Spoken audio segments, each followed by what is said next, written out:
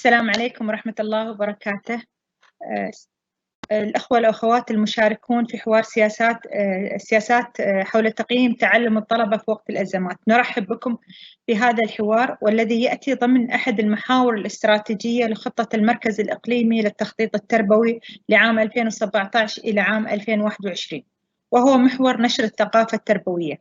وهذه الحوارات هي عبارة عن مجموعة من الورش واللقاءات التي يتم من خلالها تناول إحدى السياسات التعليمية للمناقشة والتحليل، حيث يتم يختار المركز الإقليمي للتخطيط التربوي موضوع تلك السياسة بناء على المستجدات العالمية وأولويات التعليم في الدول، ويتم خلال حوار السياسات تبادل الخبرات بين المعنيين في الدول من ناحية والخبراء في مجال السياسة من ناحية أخرى، ونشر المعرفة التربوية المتعلقة بموضوع السياسة التي يتم اختيارها، حيث تطرح تجارب الدول المشاركة في مجال السياسة بالإضافة للخبرات الدولية المشاركة، وكذلك يتم أيضاً تطوير آليات بناء هذه السياسات على مستوى الدول بمعاونة الخبراء المشاركين في الحوار.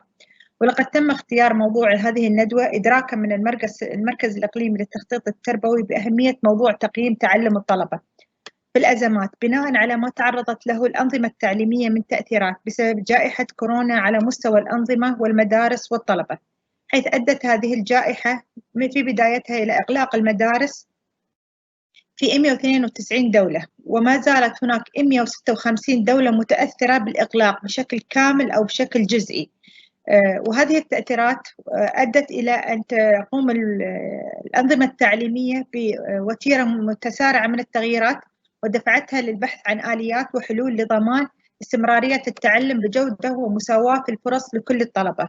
البعض نجح والبعض لا يزال يعاني ويبحث عن حلول، ولكن مع توفير استمرارية التعلم لابد من ضمان بأن يكون هذا التعلم بالجودة المطلوبة ومحققاً للأهداف ومكسباً للطالب المعارف والمهارات اللازمة له. لذا كان من المهم أن يتم تحديث وتطوير سياسات تقييم تعلم الطلبة، والتي تعتبر جزء لا يتجزأ من جميع عمليات التعليم والتعلم، وتحتل مكانة كبيرة في المنظومة التعليمية بكافة أبعادها وجوانبها، نظراً لأهميتها في تحديد مقدار ما يتحقق من الأهداف التعليمية المنشودة والتي يتوقع منها أن تنعكس إيجابياً على الطالب والعملية التربوية. ومن هذا المنطلق تم اختيار هذا الموضوع، موضوع هذا الحوار حول سياسات تقييم تعلم الطلبة وقت الأزمات، والذي سوف يتم فيه استعراض أهمية التقييم ووضع سياسات التقييم على مستوى الوطن العربي، وكذلك أهمية التقييم والحاجة له في وقت الأزمات، ونماذج من سياسات وممارسات التقييم والأنظمة المستخدمة في تطبيقها. وسوف يتم استعراض سياسات كل من دولة الإمارات العربية المتحدة، المملكة العربية السعودية وهونغ كونغ وبعض الدول الأوروبية في وقت الأزمات، كما سوف يتم استعراض التحديث والتطوير الواجب تطبيقه على سياسات التقييم في حال استمرت الأزمة. هذه المحاور سوف يتم تناولها من قبل خبراء مختصين وممثلين للدول نتشرف بتواجدهم معنا. كما نتشرف في تنفيذ هذا الحوار السياسات بالتعاون مع كلية الإمارات للتطوير التربوي. والآن سوف أترك المجال للدكتور إبراهيم الحجري مدير كلية الإمارات للتطوير التربوي لتقديم كلمته، فليتفضل مشكورا. بسم الله الرحمن الرحيم. السلام عليكم جميعا. شكرا الأخت مهرة على الاستضافة وعلى التنظيم وعلى جهودكم السباقة هذه. اسمحوا لي إن شاء الله نجرب باللغة الإنجليزية على أساس نبدأ العرض. Good afternoon everybody, and welcome to today's session organized by RCEP, UNESCO and Emirates College for Advanced Education. My name is Ibrahim Al-Hajri. I'm the Vice Chancellor of Emirates College for Advanced Education. I'm trying to share my screen here. I don't know if everybody sees it.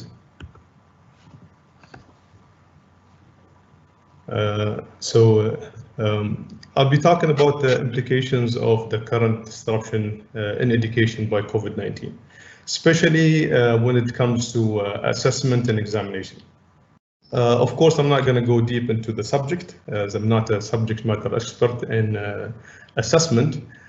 I think we have an elite group today, pioneers and experts in this area who are going to basically enlighten us and tell us their experiences during this current situation. Therefore, I'll just touch on the surface and talk in general and give you some of my thoughts of the current situation and its implications on education. We're all being affected during this global pandemic with COVID-19. Economy is being affected, social lives, how we work, how we learn, how we communicate, how we do our daily activities in general. And this is across the globe. But we're here today to talk about education. So in terms of education, as Ms. Mahra mentioned in her opening speech, there were about 160 plus countries who have school closure. About 70% of the total enrolled learners are either out of school or they're learning from a distance. Also, this situation, I think it has put us in a positive, I think, platform where it has given all of us a nudge. I've been in the education, I would say, sector, in higher education sector for 10 years, but involved in the K-12 education in the past 2 years.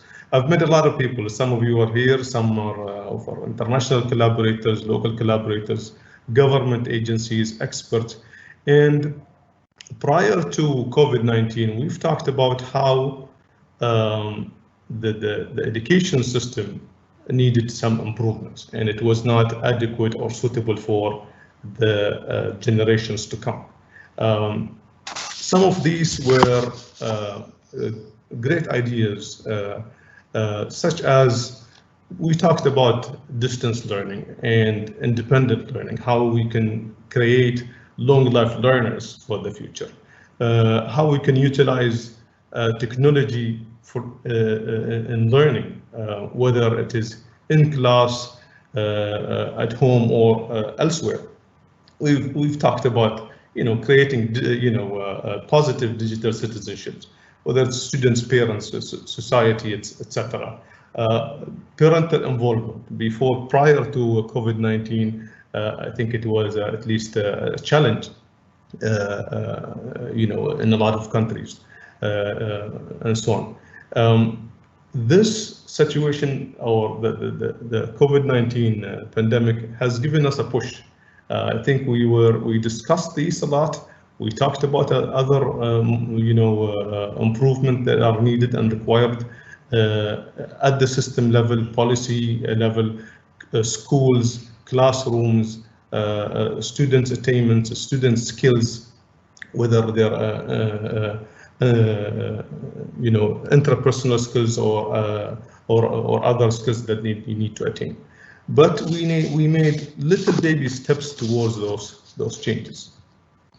Now, within 2 weeks, some countries were able, or less than 2 weeks, some countries were able to transform from a classical setup of a school or a classroom or learning environment to a distance learning. So all what we have hoped for and the changes we've discussed prior to COVID-19 became reality today. And this is what we experiencing. I think it's a great opportunity for all of us. I think we were afraid to cross the boundary. We did not know what's out there, but I think, at least personally, I think the experience, of course there are challenges and there are negative implications, but I think we've tested the waters. We were afraid to make that jump into the sea, but this was, I think, a push to all of us into the sea, and we were asked to swim. And guess what? I think we all were able to swim, whether we know how to swim, whether we were ready or we were prepared. We didn't know how cold it was or how warm, how deep the waters were, but I think which showed that majority were able to basically swim and make it. system level. Of course, the economics of education has been impacted, environment as well. There are impacts in the environment. Curriculum had to adjust. We all had to accommodate and adjust and align ourselves with the situation. Students' learning abilities had to adjust and change. Parents, teachers, society had to adjust to make those and accommodate to make it happen. Now, this is, to me, I see this is a good thing, and this is a verge of a new model. I think governments and educators right now are planning and thinking about the next phase. So what do we do post COVID-19 when we go back to the system? Are we going to go back to the regular system, or we'll have a different system?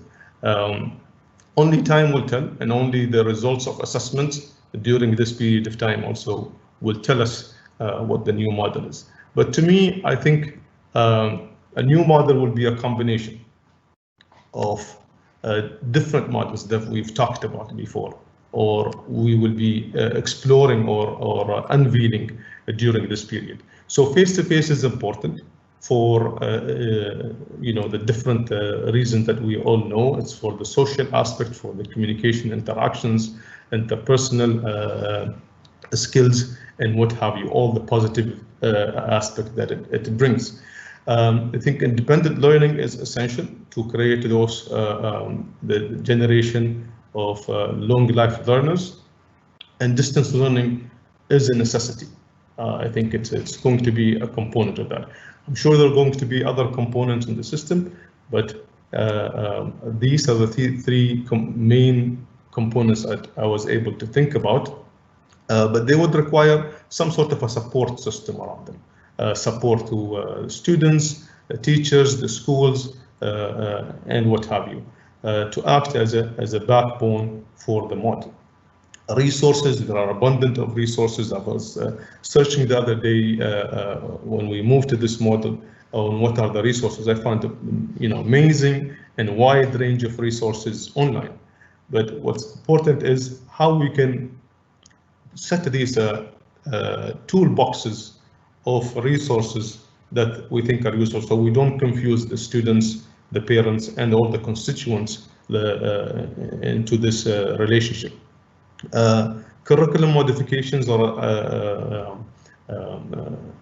basically alignment are quite crucial at this stage. Training, everybody need to be trained with the new system and get acquainted. Research is another crucial component to study what's happening and what has happened before and what's going to happen in the future, because that will give us the key to improvement and continuous improvement in the system. Now, is assessment and examination important during this period of time? Is it yes, no, maybe? I would say absolutely yes, for two main reasons. First reason is because we need to know what has happened, the student attainment during this period, and compare it with the previous ways of assessment, and come to conclusions, because assessment during this time will help us build the future model of education and assessment.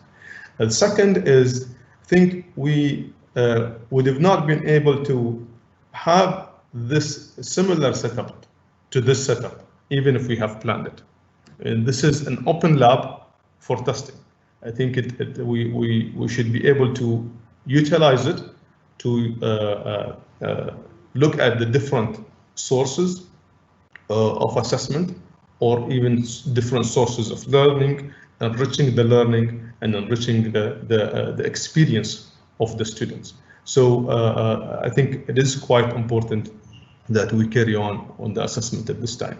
Whether this is going to be summative or formative, in my opinion, I think both are important. There are lots of tools that you can do both with that have shown adequacy and how they can be used, and have shown proven right in a lot of setups. But at this current setup, I think we need more formative assessment right now, because we need learners needs to take place, learning needs to take place outside of the physical classroom. How are we going to do that? I think there are ways of doing online testing, home-based testing, team-based testing, online presentations, project assignments, reports, and what have you. Those are the different ways we can assess the student attainment and learning, and whether it's going to be in synchronous or asynchronous mode. They can be both as well, to diversify the way we assess the abilities of our learners and our students, because all of them are, as we all know, they have different abilities on how they can portray or how can they basically show what they're learning. Feedback is important to, as I said, to the system, to the parents, to the learners, so we can move forward in the future with a better system. I think whatever assessment form we take forward, it needs to be valid, timely, constructive, specific to the learner's needs, as I mentioned earlier.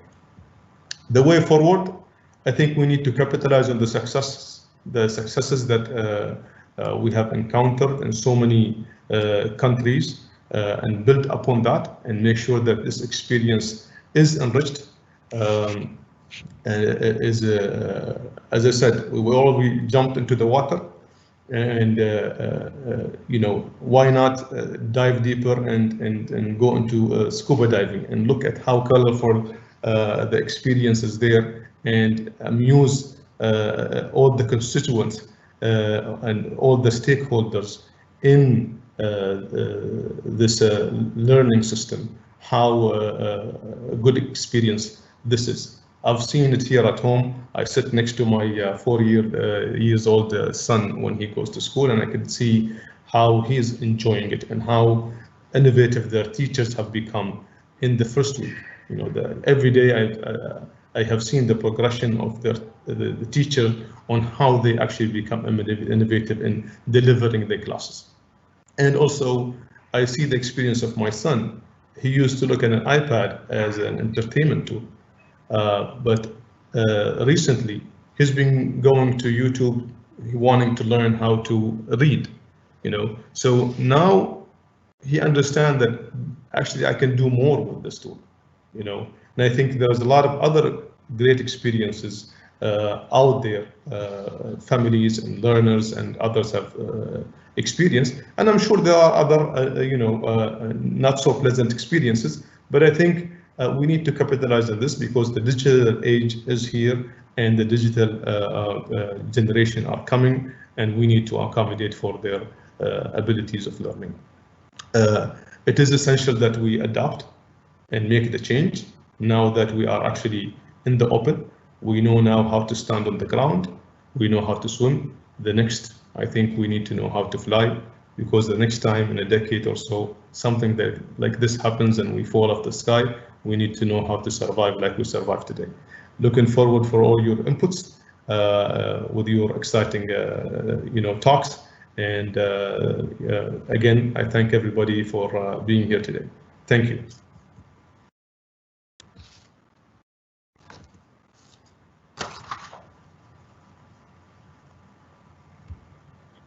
شكرا دكتور إبراهيم على هذا العرض. وحاليا طبعا هذا العرض راح يكون موجود معنا، وراح نشاركه مع كل المشاركين في هذه الندوة. أيضا راح يكون هناك جلسة في نهاية الحوار حول موضوع العرض، والأسئلة متاحة للجميع، ممكن يسألونها في الQ&A. حاليا معنا الدكتور حمد الهمامي، لكن للأسف دكتور حمد الهمامي نتيجة لبعض المشكلات التقنية لم يستطع الانضمام إلنا، لكني حاليا أنا راح أتصل فيه وراح يلقي كلمته عن طريق الهاتف، وبيكون معنا عن طريق الهاتف.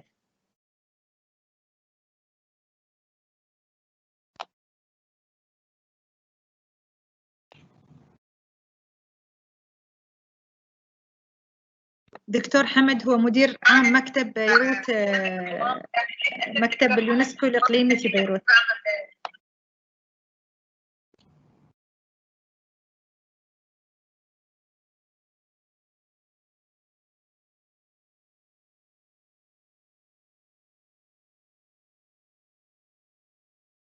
أنا على الهاتف، ممكن تتفضل وتلغي الكلمة؟ شكرا جزيلا، إن شاء الله صوتي واضح. هل الصوت واضح؟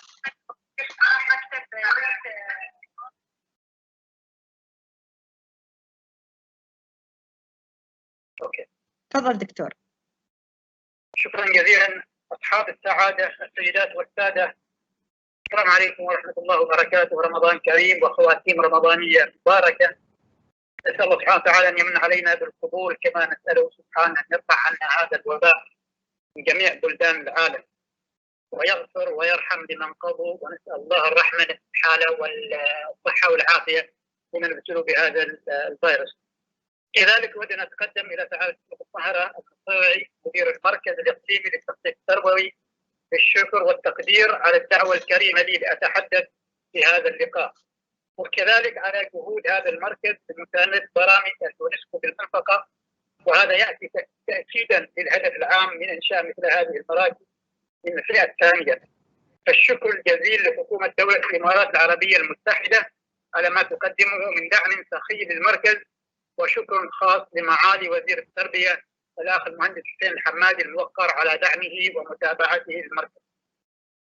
موضوعنا اليوم موضوع مهم جدا، وهو خيار سياسة تقييم تعلم الطلاب في حالات الطوارئ، وهو يكتسب أهمية قصوى ليس في السياق الحالي الناجم عن أزمة كوفيد-19 فحسب، إنما هو أيضا موضوع بغاية الأهمية لهذه المنطقة نظرا لما تمر بها من أزمات ونزاعات وإرهاب أدى إلى حرمان وإبعاد ملايين الطلبة عن مساكنهم ومدارسهم وتركهم في التعليم. اسمحوا لي كذلك في البداية أن أقدم لمحة موجزة عن تأثير أزمة كوفيد-19 على قطاع التعليم في المنطقة العربية والعالم. كما تعرفون فقد أدى تفشي وباء فيروس كورونا إلى أزمة تعليمية كبيرة بسبب إغلاق المدارس في جميع أنحاء العالم وتعطيل خدمات التعليم النظامي. في المنطقة العربية قبل هذا الوباء يوجد ما يقارب من 13 مليون طفل وشاب غير ملتحقين بالمدرسة بسبب النزاعات والحروب، واليوم يأتي ما يقارب من 114 مليون متعلم إضافي في هذه الأزمة، وفي حين أن العديد من الدول العربية تطورت حلول تعليم عن بعد عبر الإنترنت أو التلفزيون لضمان استمرار التعليم. لا تزال هناك تحديات كبيرة فيما يتعلق بنتائج وفعاليات مثل هذا التعلم. لعل التحدي الأساسي يكمن في ضمان الإنصاف والعدالة، ففي الواقع قد يؤدي إغلاق المدارس إلى توسيع أوجه عدم المساواة في مجال التعليم، الأمر الذي يؤثر بشكل متفاوت على الأطفال والشباب الأكثر ضعفا. فالفجوات الرقمية والقدرات المتفاوتة في الموارد وقدرات المدارس والمعلمين قد يفاقم عدم المساواة في فرص التعلم، وقد يتأثر اللاجئون والمهمشون أكثر من غيرهم بالأزمة ويحرمون من حقوقهم في التعليم، ونظرا لصعوبة الوصول إلى تكنولوجيا المعلومات والإنترنت.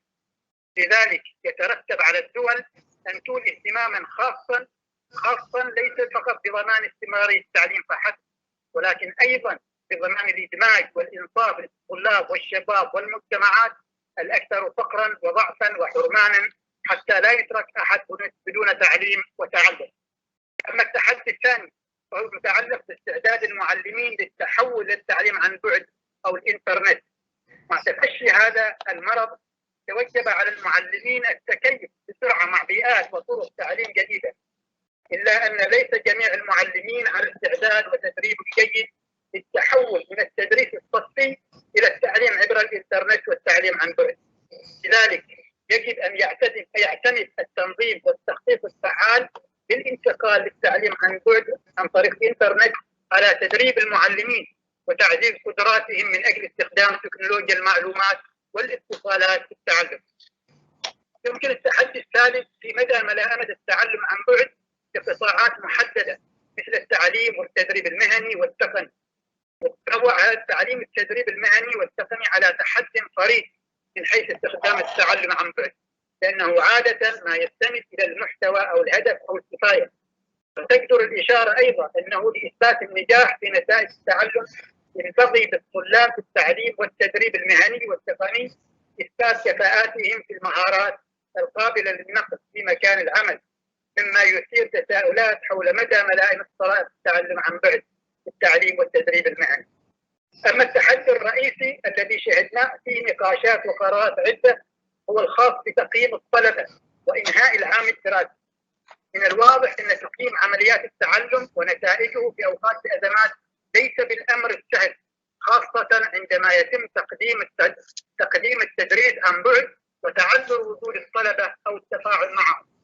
اليونسكو قامت بإرسال عدة أوراق عمل خاصة برسم السياسات في هذه الأزمة، ومن ضمنها ورقتين في كيفية التعامل مع المناهج والمحتوى وتقييم الطلبة، وأوردت عدة خيارات وتجارب دولية من باب تبادل ونقل المعرفة. ولعلي أستعرض سريعا بعض من هذه التجارب والتي يمكن حصرها في 5 بنود أو آراء. الرأي الأول يقول بإلغاء الامتحانات، وتمثل الأكثر تشددا التي اتخذتها الدول بإلغاء الامتحانات المصيرية أو الحاسمة، ففي مواجهة الوباء الذي يؤثر على قدرة الطلاب على الاستمرار في التعلم في البلدان التي أغلقت فيها المدارس أبوابها، أعربت دول عديدة من قلقها إزاء الظروف غير الملائمة للامتحانات، اضطر الطلاب للخضوع لها. ونأخذ هنا مثال: اتخذت إيرلندا قرار قضى بإلغاء اختبارات الأداء الشفوية والعملية في إطار امتحانات الدولة التي كان من المقرر أصلا أن تجرى، وسيمنح جميع الطلاب الذين كان من المفترض أن يخوضوا هذه الاختبارات العلامات الكاملة عن هذا الجزء من الامتحان. ورأينا أيضا كذلك لبنان أن منحت هذا المنحى بإلغاء الامتحانات وتخفيض الطلاب للسنة القادمة. رأي آخر يقول بالإبقاء على الامتحانات كما هي مقررة ومعلن عنها، في حين قررت كثير من البلدان في العالم إلغاء الامتحانات أو تأجيلها. بعض الدول في العالم أبقت على هذه الامتحانات في نهاية العام مع اتخاذ تدابير معينة لضمان سلامة الطلاب والمعلمين وصحتهم في موقع الامتحانات. وفي المنطقة العربية رأينا دول لم تقم بإلغاء الامتحانات الوطنية ولا بالإعفاء منها، لا سيما في الامتحانات الشهادة العامة اللي هو الصف الثاني عشر، وقد تم التخصيص لإجراء هذه الامتحانات داخل المدارس أو المراكز مع اتخاذ تدابير معززة للنظافة والتعقيم. وما زالت بعض الدول مثل مصر والأردن والمغرب وفلسطين وسوريا وعمان على سبيل المثال ملتزمة بالتواريخ المعلنة لامتحانات الصف الثاني عشر النهائي. رأي آخر بإعادة جدول الامتحانات أو تأجيلها، يتمثل أحد الحلول الأخرى التي تعتمدها دول كثيرة في إعادة جدول الامتحانات في مرحلة لاحقة استنادا إلى تطور الفيروس. ومن الواضح أن الوضع يختلف اختلافا كبيرا من دولة إلى أخرى بحسب الجدول الزمني للامتحانات والتاريخ النهائي لإغلاق المؤسسات التعليمية والجدول الزمني الأكاديمي والموارد اللازمة لتنظيم الامتحانات. ففي بعض الدول لم تغلق المدارس أبوابها إلا في منتصف شهر مارس، وبالتالي اتخذت قرارات بشأن الامتحانات. أما في بلدان أخرى أغلقت المدارس منذ منتصف فبراير، وكانت القرارات بشأن تأجيل الامتحانات من عدم قد اتخذت. رأي آخر هو أقرت تنظيم امتحانات مصيرية وحاسمة على شبكة الإنترنت، وقررت بعض الدول فيما يختص بعض الامتحانات تنظيمها على هذه الشبكة.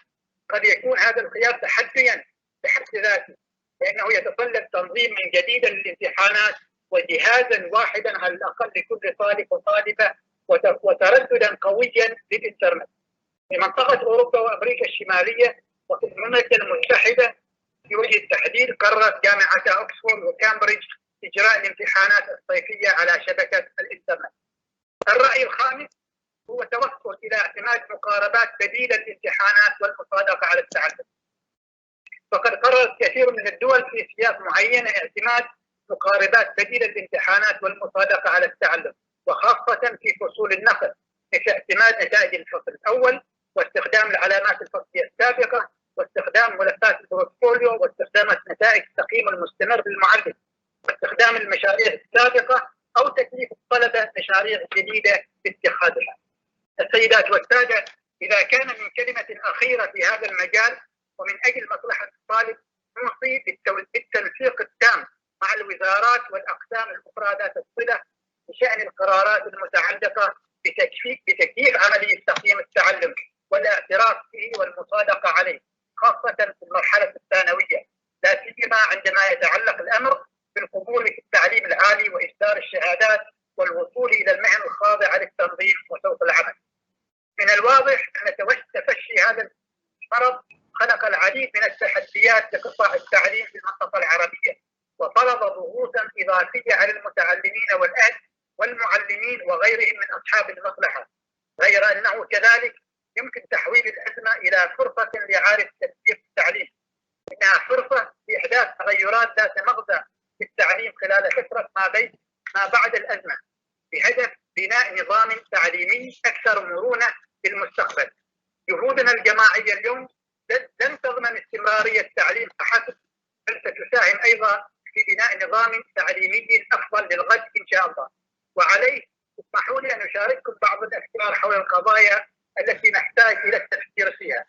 أولا، علينا أن نفكر في ماهية التعلم الفاعل والعميق، وكيفية وضع المتعلمين فعليا في وسط الجهود المبذولة في مجال التدريس والتعلم من خلال معالجة احتياجاتهم التعليمية وسياقات التعلم الخاصة بهم. ثانيا، علينا أن نفكر في الوسائل الفعالة لضمان الإنصاف، كيف نوفر الخدمات العديد من المتعلمين الذين كانوا خارج المدرسة أو الذين يفتقرون إلى الدعم المناسب من قبل الأسرة والمعلمين أثناء الأزمات. ثالثا، يجب علينا إعداد المعلمين وتجهيزهم لكي يستفيدوا بشكل كامل من إمكانيات التدريس والتعلم عن بعد، بما في ذلك التعلم عبر الإنترنت استنادا إلى المبادئ التربوية السليمة. رابعا، ينبغي أن يتمكن التعليم في أوقات الأزمات بأن يأخذ بالاعتبار الحاجة إلى تطوير وتعزيز كفاءات المتعلمين في الحياة والعمل. يتوجه علينا الاستمرار في مجالات مثل الدعم النفسي والاجتماعي ومهارات القيادة والتواصل، لكي نبني قدرة المتعلمين على الصمود في وجه الأزمات. وأخيرا، لا بد من التفكير بعمق في كيفية تقييم التعلم الحاصل وعدم الاعتماد على أداة واحدة مثل الاختبار النهائي للحكم على التعلم، ولكن لا بد من بدائل وخيارات متعددة وإعطاء المعلم فرصة الحكم على حصول التعلم من خلال المتابعة المستمرة وتتبع التعلم بوسائل عدة. أيها الأحبة الكرام، أختتم بالقول أنه إذا تعلمنا شيء من هذه الأزمة فهو الاستجابة السريعة لحالات الطوارئ وإعادة التفكير المستمر في نظامنا التعليمي. وهنا قامت اليونسكو بدور رائد على الصعيدين العالمي والإقليمي في هذا المجال، ونحن فخورون جدا بذلك. من دون إطالة، أتمنى لكم منتدى ناجحا وحوارا مثمرا كاملا، أن يخرج المنتدى بتوصيات يتم تشاركها مع الدول الأعضاء. وأكرر شكري وتقديري لمركزنا بالشارقة. والسلام عليكم. شكرا دكتور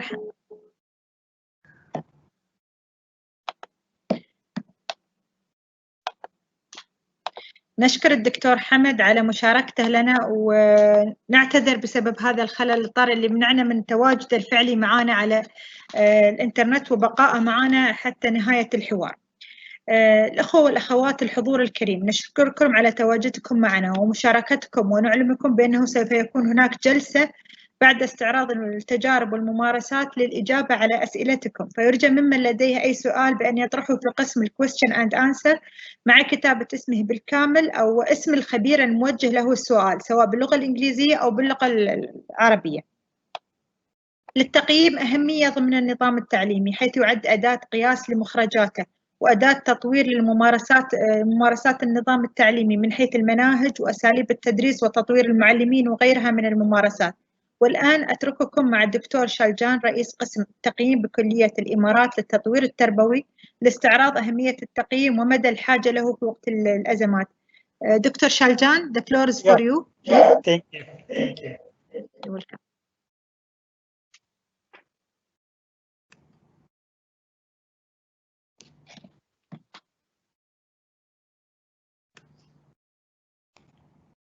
I hope you're able to see the PowerPoints.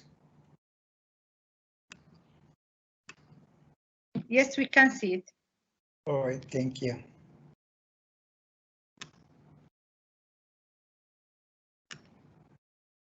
Now it's not showing the full screen. Okay, just give me a minute. Yes, now it's okay. Okay, just let me adjust the screen then a bit.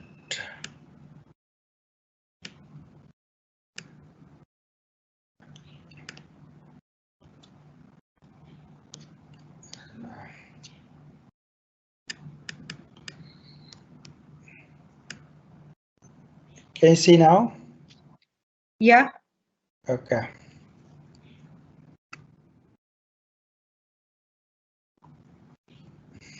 Thank you. Start. Yeah.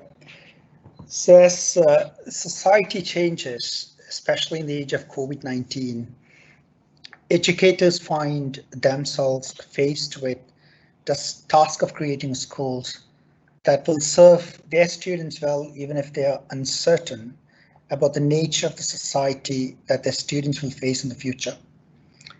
So during the past 50 years, massive cultural, social, economic, political, environmental, and technological changes have meant that every facet of a schooling has been subjected to investigation and rethinking, including learning assessment.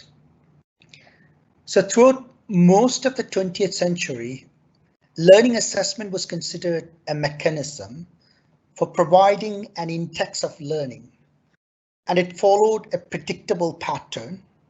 Teachers taught, tested the students' knowledge of the material, made judgments about students' achievement based on the testing, and then moved on to the next unit of work. But more recently, however, this approach to assessment has come into question as societal expectations for schooling have changed. So if you look at the research in the arena of cognitive neuroscience, of cognitive science, which has actually provided new insights into the nature of learning and the traditional role of assessment in motivating student learning, has been challenged ever since. So in the past, the schooling beyond basic skills and knowledge was viewed as required by only a few.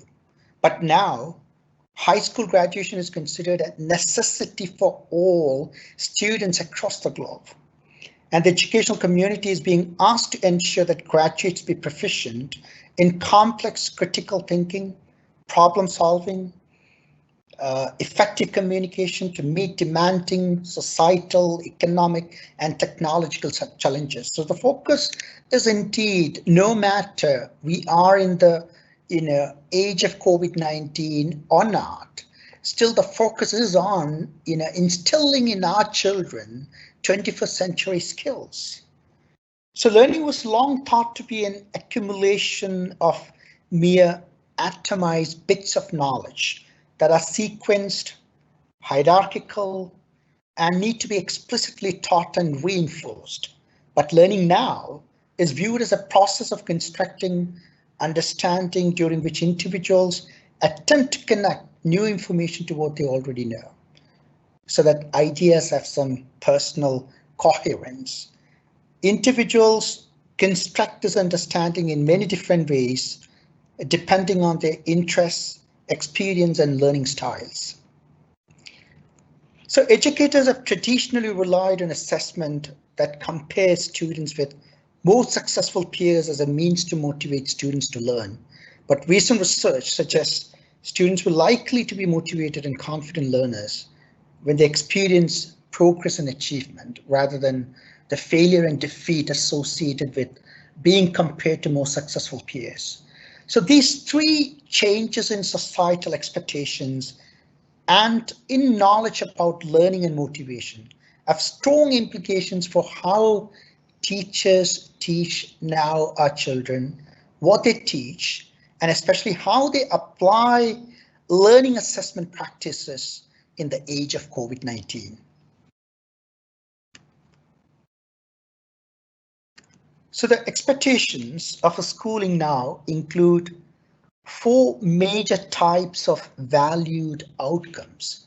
The first being knowledge, that is knowing and understanding substantive subject matter content, I underline substantive subject matter content. The second one is reasoning, that is using the knowledge and understanding to figure out things and solve problems.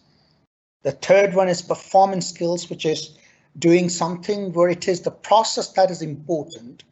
And finally, dispositions, learning dispositions. So developing valued feelings, attitudes, interests, and motivations. So no matter, learning assess, no matter if it's in the time of, if it is pre-COVID-19 era or post-COVID-19 era, we need to still, emphasize on these 4 pillars in terms of learning assessment, because there is huge, a large body of research still claims that there is a huge impact of assessment on students' learning.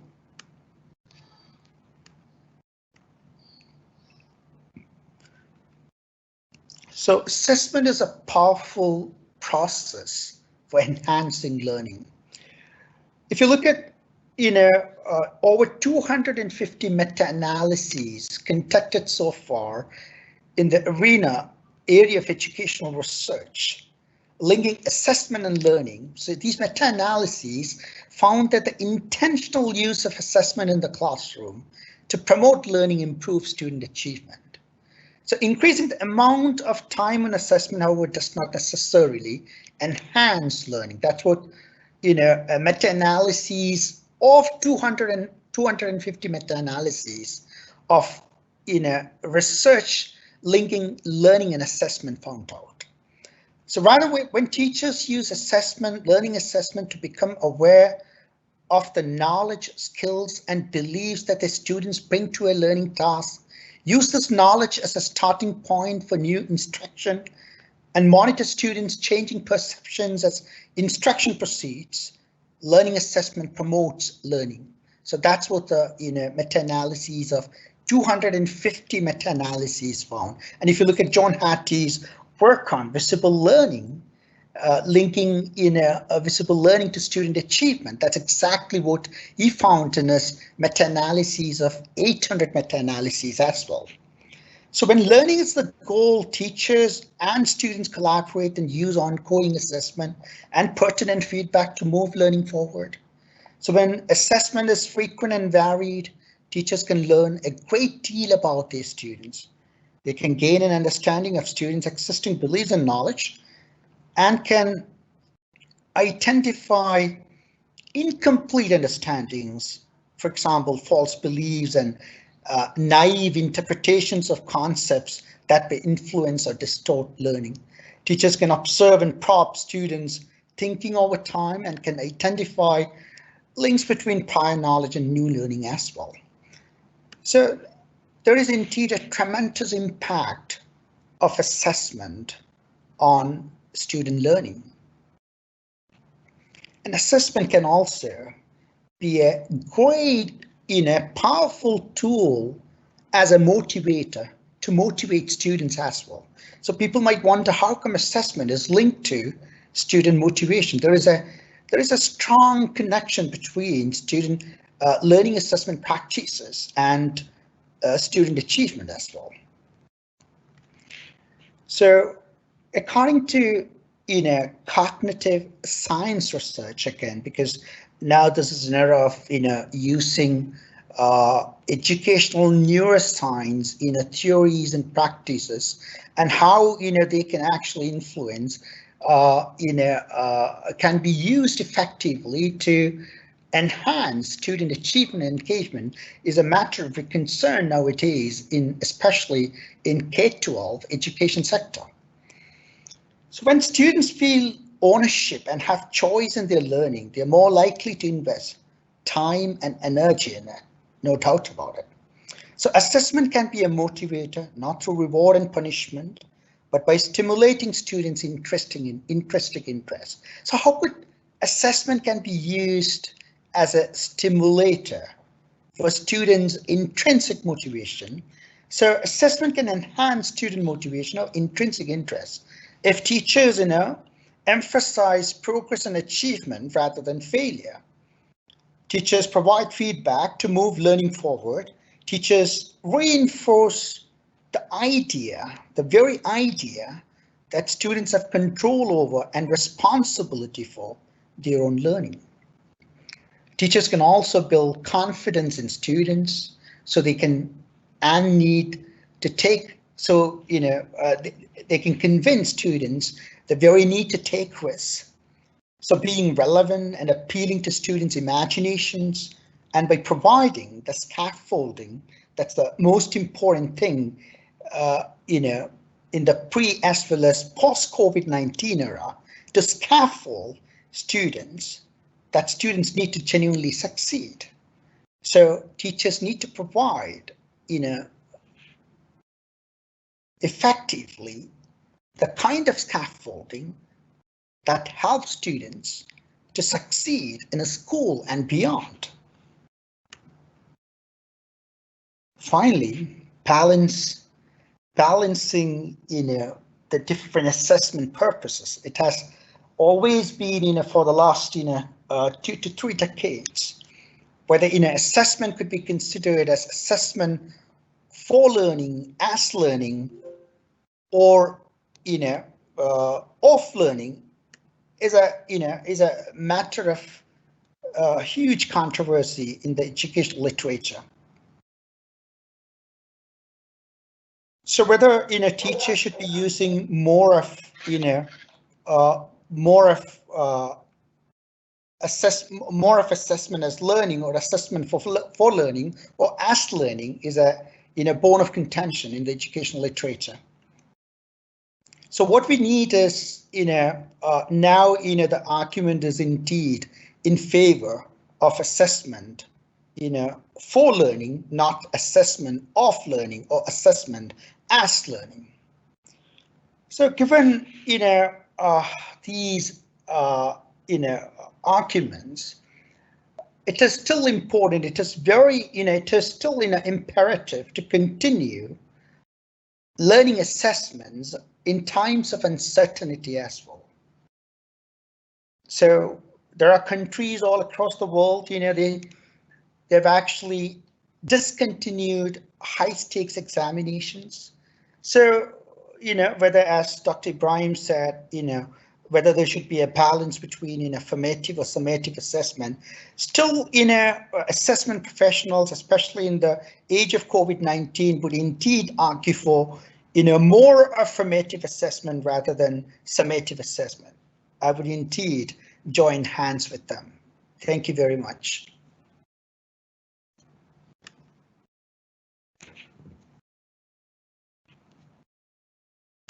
Thank you, Doctor.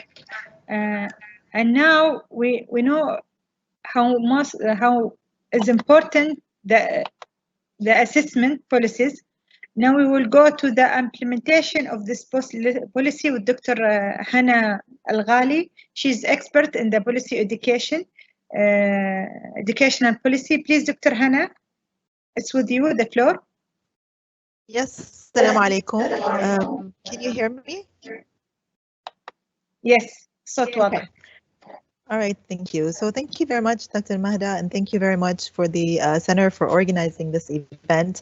I think, before I start with my presentation, I just wanted to say a couple of things. I think, the more we talk and deliberate about the issues related to online learning, which is, I feel, is emergency online learning, and as the more we deliberate on issues of assessment and related to this, I think it's the better. And so this, I think, is a very important opportunity to discuss not just within the regional aspect and approaches, but also international.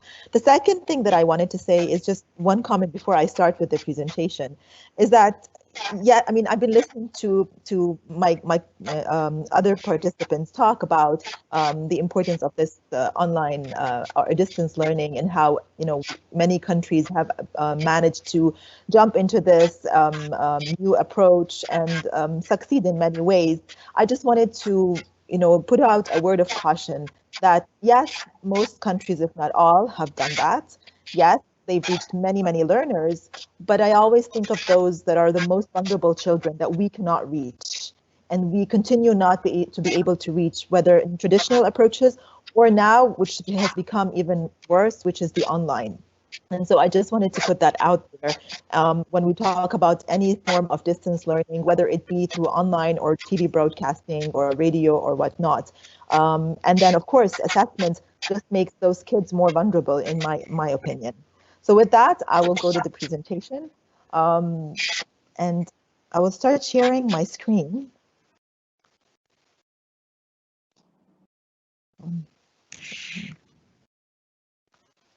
Can you see my screen? الصراحة لا أنا Yes, تمام. we can see it now. Okay. So as Dr. Mahda mentioned, I'm going to talk a little bit about practices, but also embedding those practices in policy perspectives and what it means for future thinking of such practices of assessment examinations in times of crises and in times of online, moving online. So the first thing is that I'm not going to dwell on the current situation. I think everybody knows the current situation. We have more than 1.5 billion learners who are unable to attend classes on campus. But I again here highlight the numbers of kids who are actually not even able to get any sort of learning. I mean, I give you a simple example. In the case of Lebanon, it is expected that we will have huge losses in human capital, and that this will impact the learning of the kids, and thousands of kids are expected to be dropping out.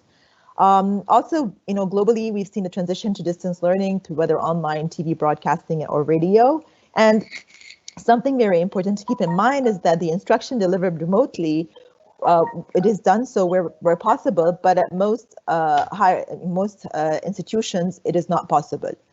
Some of the major challenges that persist across education institutions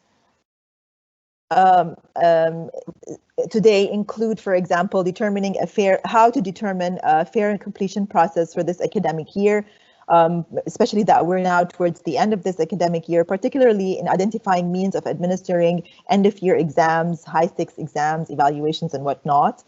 Determining appropriate and fair processes for the admissions of new students for the next academic year, for those students moving from secondary to higher education, but also how to determine appropriate and fair processes for institutions to, you know, release students into the labor market, for example, or move from one level to the next in their academic pathway.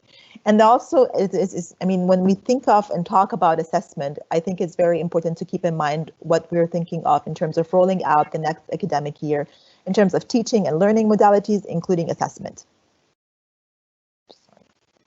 So in that sense, you know, we've also heard some of the participants that preceded me talk about the options of responses, whether to cancel exams, postpone exams, or continue exams. So I won't spend time on this, but I wanted to highlight the different types of exams that we we need to think of as governments as we move forward in thinking of what response to best take, which suits us best. And so there are examinations at the end of the secondary school. So, and these are very common across most countries, especially in the Arab region. And so whether to postpone or cancel the high-stakes exams, this should not be seen as an unsolvable problem for the transition to higher education or other pathways in life, as alternative procedures do exist. And I would like to give an example here of one of the universities in Lebanon that did some sort of analysis in terms of what are the indicators that determine the success of their students once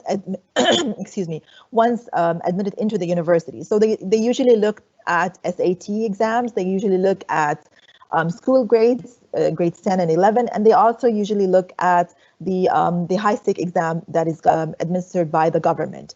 And in light of the cancellation of these exams now, they try to see which of those three indicators would, are you not seeing my screen anymore? Yeah, can you share it again or? Yes, I'm sharing again. Can you see? Yes, Yep. now yes. Okay. So basically this university tried to see which of those three indicators was mostly linked to how the students perform once they take them into the university. And they found out that actually it's not the high stakes exams that determine how well those kids do at college. It's not the SATs, it's actually the school grades, the grade 10 and 11 grades that determine or are closely linked to how these students do once they are admitted into the university. So what I'm trying to say is that governments can and should seek alternatives to high stakes exams. Now we have the university entrance exams. Again, here are some of the practices that have been observed in many countries, not just in the region, but also other regions around the world, where extension of admission deadlines, like in the UK, for example, in Lebanon and other countries of the region, like Saudi Arabia and others, there has been a transition to online admissions applications.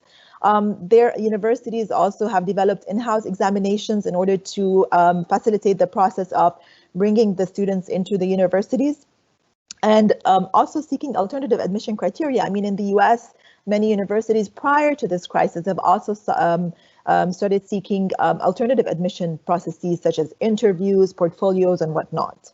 End of year exams, these are usually the exams that are not the high stakes, not the entrance exams to universities, but regular ongoing exams. So again, the options of canceling, postponing, or alternating exams is there.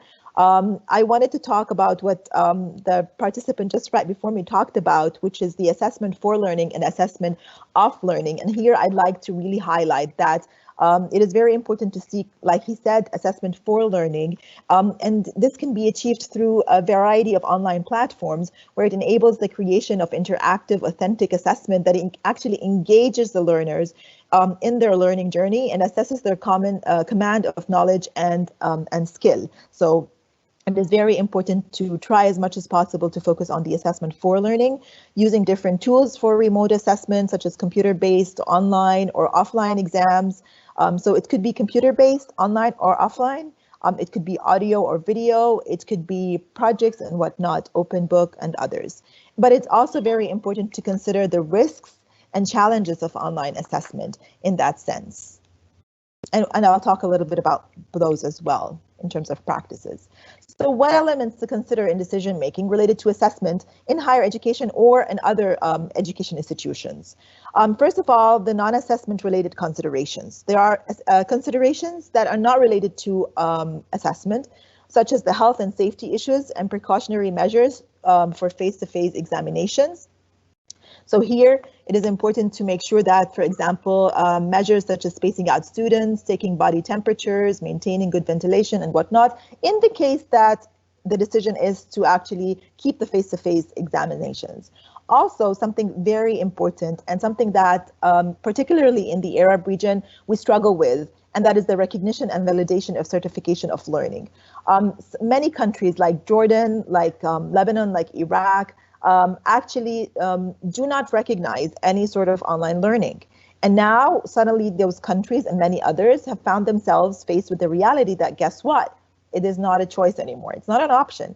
And so what to do with that recognition and validation and certification of this type of learning? And if we do give online exams or online assessments or alternative assessment for that matter, so how are governments going to recognize and validate this information? And here I'd like to highlight that UNESCO did actually has been working in the past couple of years on this particular issue within the region, on getting governments to agree on how to recognize and validate different kinds of learning. And then there are assessment-related considerations also, such as fairness and equity and inclusion. And in any assessment procedure that is sought, whether face-to-face or not, remote or online modalities, equity issues transcend the administration of exams and impact students' learning, which in turn impacts their capacity and readiness for taking the exam. So I go back to the first point that I highlighted, which is how much are kids learning anyway? And I think the first speaker talked about his 4-year-old who was learning online and how engaged he was. Well, I'm having a totally different experience. I have a 10-year-old and he goes to a private school in where I am in Lebanon, and it is really very tough to get him to sit and learn. And he's a good, he's a good student usually in the traditional, school, but it seems that this online learning is not typically for him. But anyway, so we need to really consider how much they're learning in order to understand how much am I going to get out of this assessment and is it fair? And then the content and format of the examination that is to be administered and the conditions and access to resources. So, and any other supporting materials that the kids may need, as well as the analysis of the result. These are all things that are related to assessment and we need to consider when thinking of having any sort of online assessment. Content and format of online assessment may need to be modified to fit the specific needs of the alternative modality of the exam administration, carefully ensuring reliability of course and validity of the tools as discussed earlier. So moving on very quickly to the equity issues, I do believe that, it is very important to think of the alternative means of assessment, such as online exams, and places some students that place some students at a disadvantage, particularly due to the digital divide, such as not having access to resources or the space needed for studying, or taking the exams online, not having access to online courses to prepare them for these exams, not having connectivity and whatnot. Again, I focus again on the region. Many countries in this region have difficulties in electricity, let alone connectivity. So this puts a lot of kids at a disadvantage for sure. And then normally examinations play an important equity role in limiting the effects of patronage and opening up access to educational opportunities for students from relatively disadvantaged backgrounds. So employing remote assessment for admissions to university, for example, does not provide equitable comparison of applicants' actual merits. And this puts a lot of kids at a disadvantage. We've seen a lot of institutions and even governments employ a pass or fail grading policy for equity purposes, so that everyone has an equal chance under these circumstances to move forward. And it is very important to also remind ourselves that any exam modality implemented should also ensure that repetition and dropout do not increase, because once we have some sort of threshold that these kids need to pass, then I'm automatically preparing these kids for the high possibility of either repetition, repeating the grade, or dropping out and leaving the grade by itself. So as I reach concluding my presentation, I just would like us to think a little bit about and ponder on why do we really need assessment. I think this is a great opportunity not only to move online in teaching and learning and assessment, but also for governments to think about why, what is the purpose of education, but also what is the purpose of the assessment that we're doing. It may be recommended to question the necessity of these exams and whether a traditional exam is needed or not, or any sort of assessment is needed. And here I do not mean to contradict the previous speakers. No, we do need assessment, but we need to think of how we need it and what and for what. And so although traditional exams may certainly control some factors during the assessment, it certainly is not the only option available, particularly in certain domains or areas or grades. There are alternative assessments that may be explored, such as projects or essays, open book exams, take-home exams, or oral exams. Despite these options, there remains a struggle in administering appropriate assessment in some disciplines and courses, and this we have to, I think, acknowledge. And those are the ones that require practical and field experiences. For this, there are a number of good examples, virtual labs and simulations that have been developed in order to mitigate the social distancing and other confinements. Regardless of what the solution is sought for administering these exams, it is important to keep in mind that proceeding with assessment to determine competency for graduation and moving forward is a dilemma really that needs to be contextualized. And then, when we think of why are we doing this assessment, I think we really need to think of what are students learning in the first place and where is this pathway taking them. So, I'm going to just talk a little bit about higher education. So when I have these assessments and have these kids cross this threshold to move into employability, am I really as an institution preparing them to enter into this labor market? Am I preparing them to respond to the needs of the local needs or global needs of the country and other countries as well? And so here we need to think really, are we focusing on the remembering aspect or are we focusing on other aspects? And is this happening through what the students are learning? So it is important to seek alternative modes of assessment for the new reality. And so if exams are canceled, what will be the alternative? To help make the decision for allocating scarce resources like university spaces or scholarships, usually these high stakes exams act as an door opener for university admissions, scholarships, or going into the labor market. So what are the alternatives that these governments are going to employ, and how fair will they be, and these alternatives be, and how transparent, and how can we maintain these transparencies in these alternatives? And then if exams move to online format, how can fair access be ensured also for all students? Here, issues of equity, test security, and whatnot emerge. And finally, if exams are replaced with teacher or expert-provided grades, as we've seen in some countries where the teachers are asked to actually, based on the students' performance at the beginning of the year and engagement online in online classes, they're required to, give a recommendation of the students' performance. And so, if we do go with this, how to ensure the accurate and fair assessment and effective communication of what students know and can do, particularly in the context of distance learning.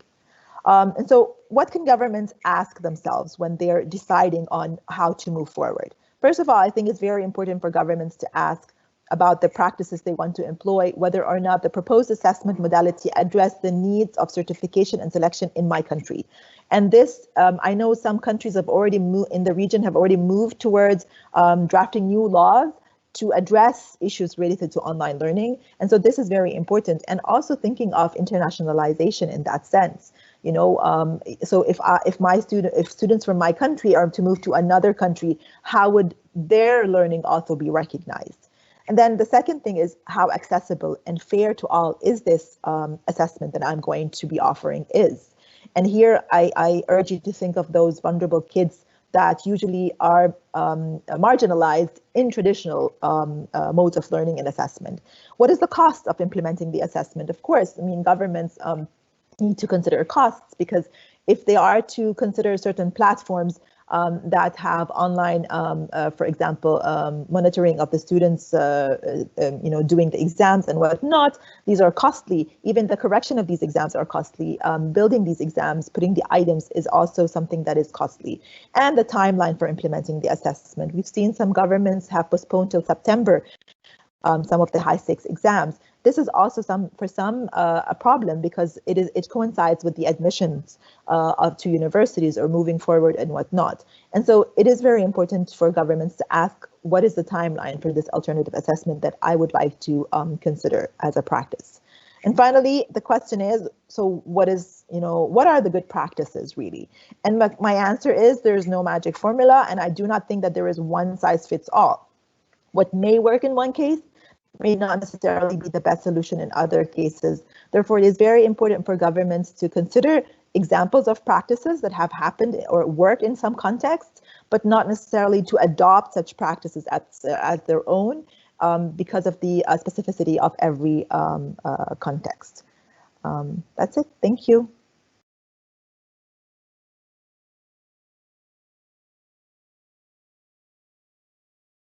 Hello. سلام. شكرا دكتورة هنا على هذا الاستعراض والأسئلة اللي طرحتيها اللي خلتنا راح نعيد التفكير في بعض الممارسات التطبيقية للاختبارات ولسياسات التقييم، وحتى نعرف الآن التطبيق وننتقل من التطبيق للممارسة على أرض الواقع. سوف يشاركنا الدكتور حمد اليحيائي الوكيل المساعد لقطاع المناهج والتقييم تجربة دولة الإمارات العربية المتحدة في ضمان استمرارية التعلم والتحديثات التي حدثت والتطويرات التي حدثت على سياسات التعليم واستراتيجيات تقييم الطلبة في ظل الجائحة. تفضل دكتور حمد.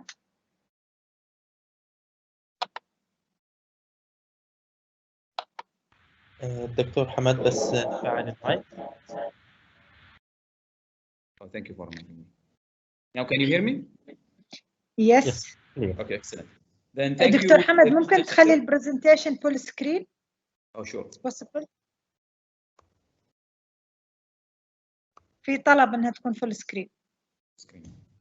And I have seen one of the comments from the audience about, is it distance learning or smart learning? I think the answer to such a question is about what ecosystem you put the context of distance learning within, and that's what will define if we have a distance learning or smart learning. I'm going to present today the ecosystem which we have adopted here in UAE, and this is basically not an ecosystem in response to COVID-19. We have started 10 years ago with the initiative of Mohammed bin Rashid Smart Learning Program.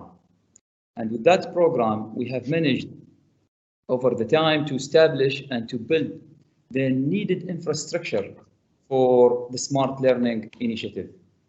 The slide is not moving. Then it took about 10 years, and I'm giving 10 minutes. I'm not sure how I will put 10 years in 10 minutes to talk about the ecosystem of smart learning and the component of assessment within it.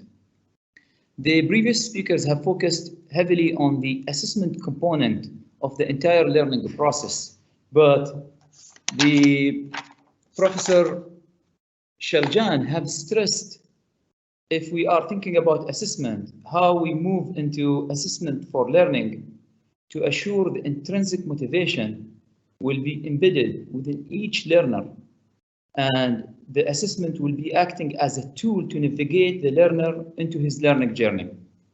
This would require from us to think about an entire ecosystem to support that form of assessment and learning process. And this ecosystem needs to bring all of the crucial components that feed directly into the learning process. We're not talking about a teaching process in here, where a teacher is explicitly providing his lectures, transferring his knowledge from his brain and experience to the learner. It's a learning process where the learner is navigating with the support of the teacher to find out what form of skills, knowledge, and attitude he needs to equip himself with to prepare himself for the future and more competitive job market in the future. Then the Mohammed bin Rashid Smart Learning Initiative in UAE, since the moment of launching it, there are so many components to think about of how to let this initiative or this program to have an impact on every single learner. Infrastructure, the schools have been equipped and all of the students have been linked to a decent infrastructure here in UAE. And during COVID-19, some of the speakers have mentioned accessibility and equity. 100% of the learners here in UAE are supported and equipped with a learning device and granted access of connectivity and bandwidth to the most suitable learning resources granted by Mohammed bin Rashid Smart Learning Program. And this will not happen by the work of the ministry in its own. This is an entire ecosystem, how the other stakeholders, organizers, fundraisers, charity organization, people from the community are engaged during crisis to support this ecosystem and assure accessibility and equity will be granted to every single learner within the system. And that system basically is putting the student at the center of it and bringing all of the resources and all of the enablement component to assure a cohesivity and coherency will be established into the learning process of the learner. We have basically visited so many systems across the world to find out if such a vision have been established somewhere else. We are fortunate here in UAE to announce maybe during this forum, we have managed to come up with a fully integrated system, a system where all of the learning resources, solutions, tools, not targeting the student alone, students, the teachers, the inspector, the school principal, operation, policymaker, all of them are benefiting from this big ecosystem to design new policy, to craft a learning pathway, and to supply the learner with the decent learning solutions that is possible to be, which we dream to, or which most of the system try to grant the student a learning or an opportunity to learn through them. This ecosystem, basically, if we talk about smart learning in here, and to support the concept of assessment for learning, need to respond at instant to any learning moment. The classical way of assessment, the student need to sit into a test, either formative or summative, and he need to wait for at least 1 day to 3 days. This is a quick response to grade and to interfere with the student performance in the test, and then to come back to the classroom. By that time, the student have missed the chance to go back over what he have performed in the assessment, and then they need to think about where can I find the time to interfere with my assessment performance and to find out what I need to put in place to navigate my learning, to navigate through my learning journey. What we have done in here, we think about how we utilize the artificial intelligence to support the student learning journey and to act at instance. The moment the student is completing a learning moment, the student would be setting into an adaptive-based learning solution, and that will feed to the student directly at instant where he is at from that learning object. And then it's up to the student and the teacher to find out how they design the next learning journey to move smoothly and progressively into the learning moment and the learning steps. This is how we think about the assessment role, not during COVID-19. This is how the education system is supposed to behave. Now, during COVID-19, the only missing component with us is not the ecosystem of learning, is not the assessment. The missing component is the social interaction and activating the hands-on experience and experimental component. And this is what we envision after COVID-19 to have a mature system which will act in a hybrid mode between what we are implementing currently and what we will blend in the future for the learners. Then, one of the major advantage that we have spotted very easily and quickly during COVID-19 is the overlap between the implemented, assessed, and planned curriculum. Previously, implemented curriculum, and one of the major problems in the education field, how to assure what has been planned will be attained by the learner. And most of the educators are thinking about pedagogical strategy and redesigning the curriculum, training the teachers, supporting the teacher during their formative assessment. But now, one of the major found that we can announce during this session is the three pillars in here: the planned curriculum, the implemented, and the assessed are overlapping, and they act with strong resonance between each other. Basically, these are three entangled components of the curriculum. Whatever has been planned, you can see the ripple effect of it or the impact of it on whatever will be assessed by the learner. And this will never happen if we are not having or not implementing a mature ecosystem that put everything together: the learning, the pedagogy, the planned curriculum, and the assessed curriculum all at once in front of the learner and the learning community. If we go very briefly on what we were doing before, in a classical mode, here even with the MOE, with the Ministry of Education, we assess the student centrally by the end of the term. By end of term, we push a centralized assessment, and the result of that test will appear after 3 days of comprehensive grading session to the learner. By the end of the term, assessment by end of term, and bringing it in close proximity to fulfill assessment for learning is a very challenging practice. And even if all of the educators and experts are advocating strongly for assessment for learning, if we kept the mode of assessing and measuring by end of terms or session to inform learners and inform the educators, it will be too late by that time. What we have done during COVID-19, we took this as a great opportunity to redesign the assessment policy and set it into a checkpoint. And this checkpoint will appear frequently with the learner to find out how these results and the student performance will act as a mini campus for each learner to navigate him during his learning journey. And this is the major difference between what we talk about here in UAE in terms of what assessment role is taking place and how is it different from other places in the world. We keep hearing from different systems about what will happen to the summative test by the end of the year, what will happen to grade 12, and what type of measure we will need to put in place for the learner. But for us, we can guarantee to every single learner, a certificate will not be stamped by COVID-19 learning moment. His certificate will be quality assured with the comprehensive set of data that has been acquisited and acquired from all of the interaction of the learners during this moment on the ecosystem that we have established to them.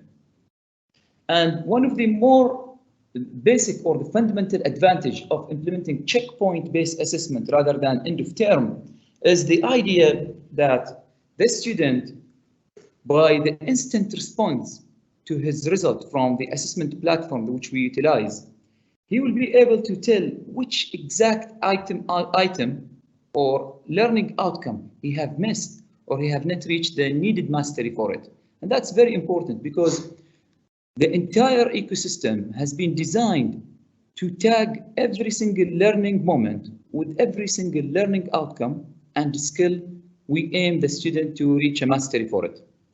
And this with checkpoint-based assessment, we anticipate that we will be able to achieve this, and that would offer to us a very great opportunity to invite researchers, research institutes, and technology developer to come and invest with us in how to reach to the next stage of this comprehensive ecosystem.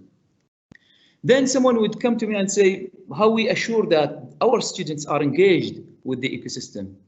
These data are an actual data that would represent the attendance and the interaction of the students with the ecosystem. We can see in cycle 3, 99% of our students are fully engaged, not with the assessment component by itself, but with the entire learning process, attending classroom, carrying out with the self-learning designated outcomes. And in cycle 2, the same percentage are there. In cycle 1, 98%, which is an indicator not of the student effort in his own, but parents and the community are fully engaged to assure learning will never stop or will not stop here in UAE.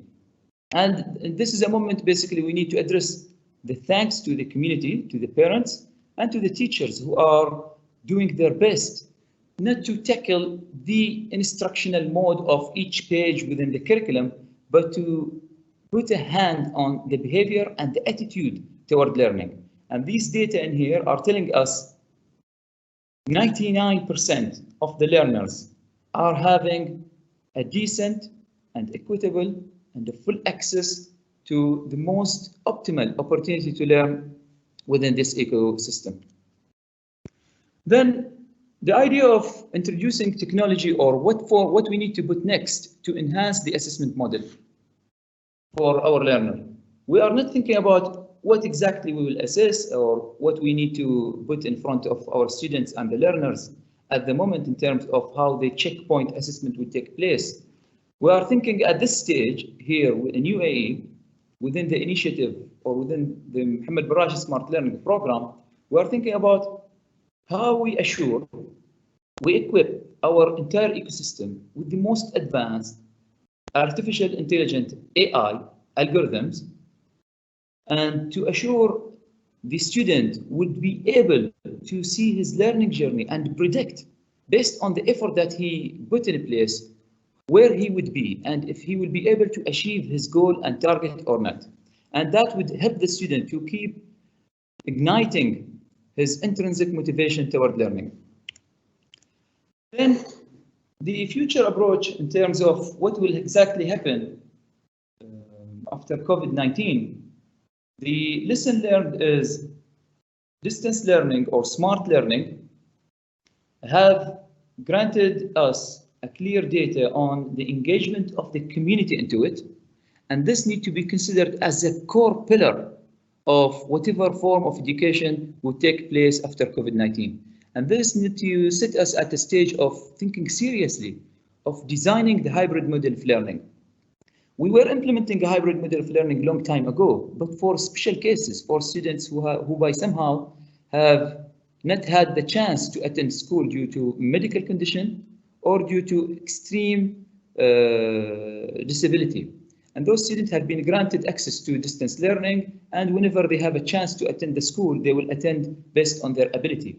But now the hybrid model, we are inviting all of the experts and educators here in UAE and with the international partners and universities and research institutes to engage strongly with our research centers and universities to put a design on the hybrid model of the learning scenarios after COVID-19. And that what form of design we need to put in place that will keep the entanglement of the designed, implemented, and attained curriculum in distance learning, and will put it in place in the actual classroom. Then, if we keep thinking about the future approach, about what will happen for assessment in the future and how we can take the advantage of the entire package of data that we have managed to acquire during this short time, for us, we need to think about how we assure a personalized learning experience is no longer a written statement in a research paper and education textbook. We have heard a lot, we read a lot about what the learning is supposed to look like per learner. But now with the entire set of data that we have and with the support of the ecosystem, it is time to grant every single learner a personalized learning experience to assure his learning pathway will fulfill his ambition, dream, and future insight of the learner himself, to make sure he will be equipped from knowledge, skill, and behavior to sit into any competitive job market in the future that he aims for. During this session, I think the conclusion which I want to drive in here, learners in UAE have been granted the most equitable and one of the most high quality learning opportunity, supported with the most advanced learning solutions.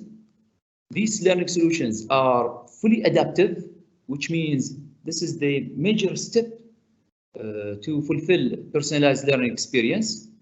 Teachers and the community are fully engaged to assure students are always going to stay on track. Academic year will not be stopped, and this is a clear signal in fulfilling the essence of lifelong learning. If a system have responded in stopping the learning journey, then we cannot keep thinking about the essence or the practice of lifelong journey. Then this is another message that we want to send from UAE. The third one, the exit profile of the UAE learning during COVID-19 is completely different than what the students have experienced in different parts in the world. Learning continuity have been assured with the highest quality assurance in terms of assessment, and the assessment data has been, we can grant it the highest level of reliability and validity and authenticity as well. The assessment form by itself is completely designed in a way that the item have been engineered to assure the student will drive focus on responding and reflecting his best on the designed item. The assessment flexibility also has been assured in terms of granting the student the second chance or another chance to reset into the exam. And that's another component of fulfilling the assessment for learning, instead bringing an assessment to judge the learner. We need to send a strong message here.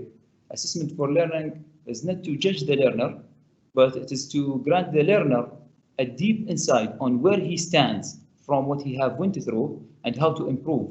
And based on the adopted policy within UAE smart learning ecosystem, these checkpoint assessment are going to grant the student a moment of assessment and another visit of how to improve based on the accumulated data in the previous one.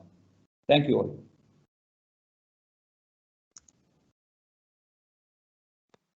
Thank you, Dr. Hamad, for sharing UAE experience. شكرا لك لمشاركتنا في تجربة دولة الإمارات العربية المتحدة، ونتمنى أن مثل هذه التجارب توثق من حيث الأساسيات ومبادئ النجاح وكيف نجحت وكيف ممكن أنها تطبق في دول أخرى.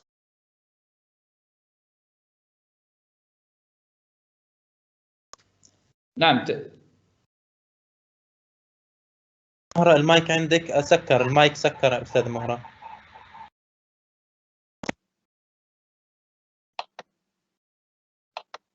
نشكر الدكتور حمد على استعراض تجربة دولة الإمارات العربية المتحدة، ونتمنى أن مثل هذه التجارب توثق وتستعرض بشكل أكبر وبشكل يستطيع الآخرون في الدول الأخرى الاستفادة منها ومن حيث أساسيات النجاح وكيفية التطبيق. من تجربة دولة الإمارات العربية المتحدة إلى تجربة هونغ كونغ مع الدكتورة هيوانغ مديرة إدارة الاختبارات والتقييم والبحث في هيئة الاختبارات والتقييم بهونغ كونغ، وسوف تستعرض لنا سياسات وممارسات واستجابات النظام التعليمي في هونغ كونغ لتأثير الجائحة والدروس المستفادة وتأثيرها على مستقبل التعليم. دكتور هيوانغ, the floor is for you. Hello. Hello. Hi. Yes, thank you. You can start and share your presentation with us. Yes, I will share the screen. I've learned quite a lot. دكتور حمد ممكن just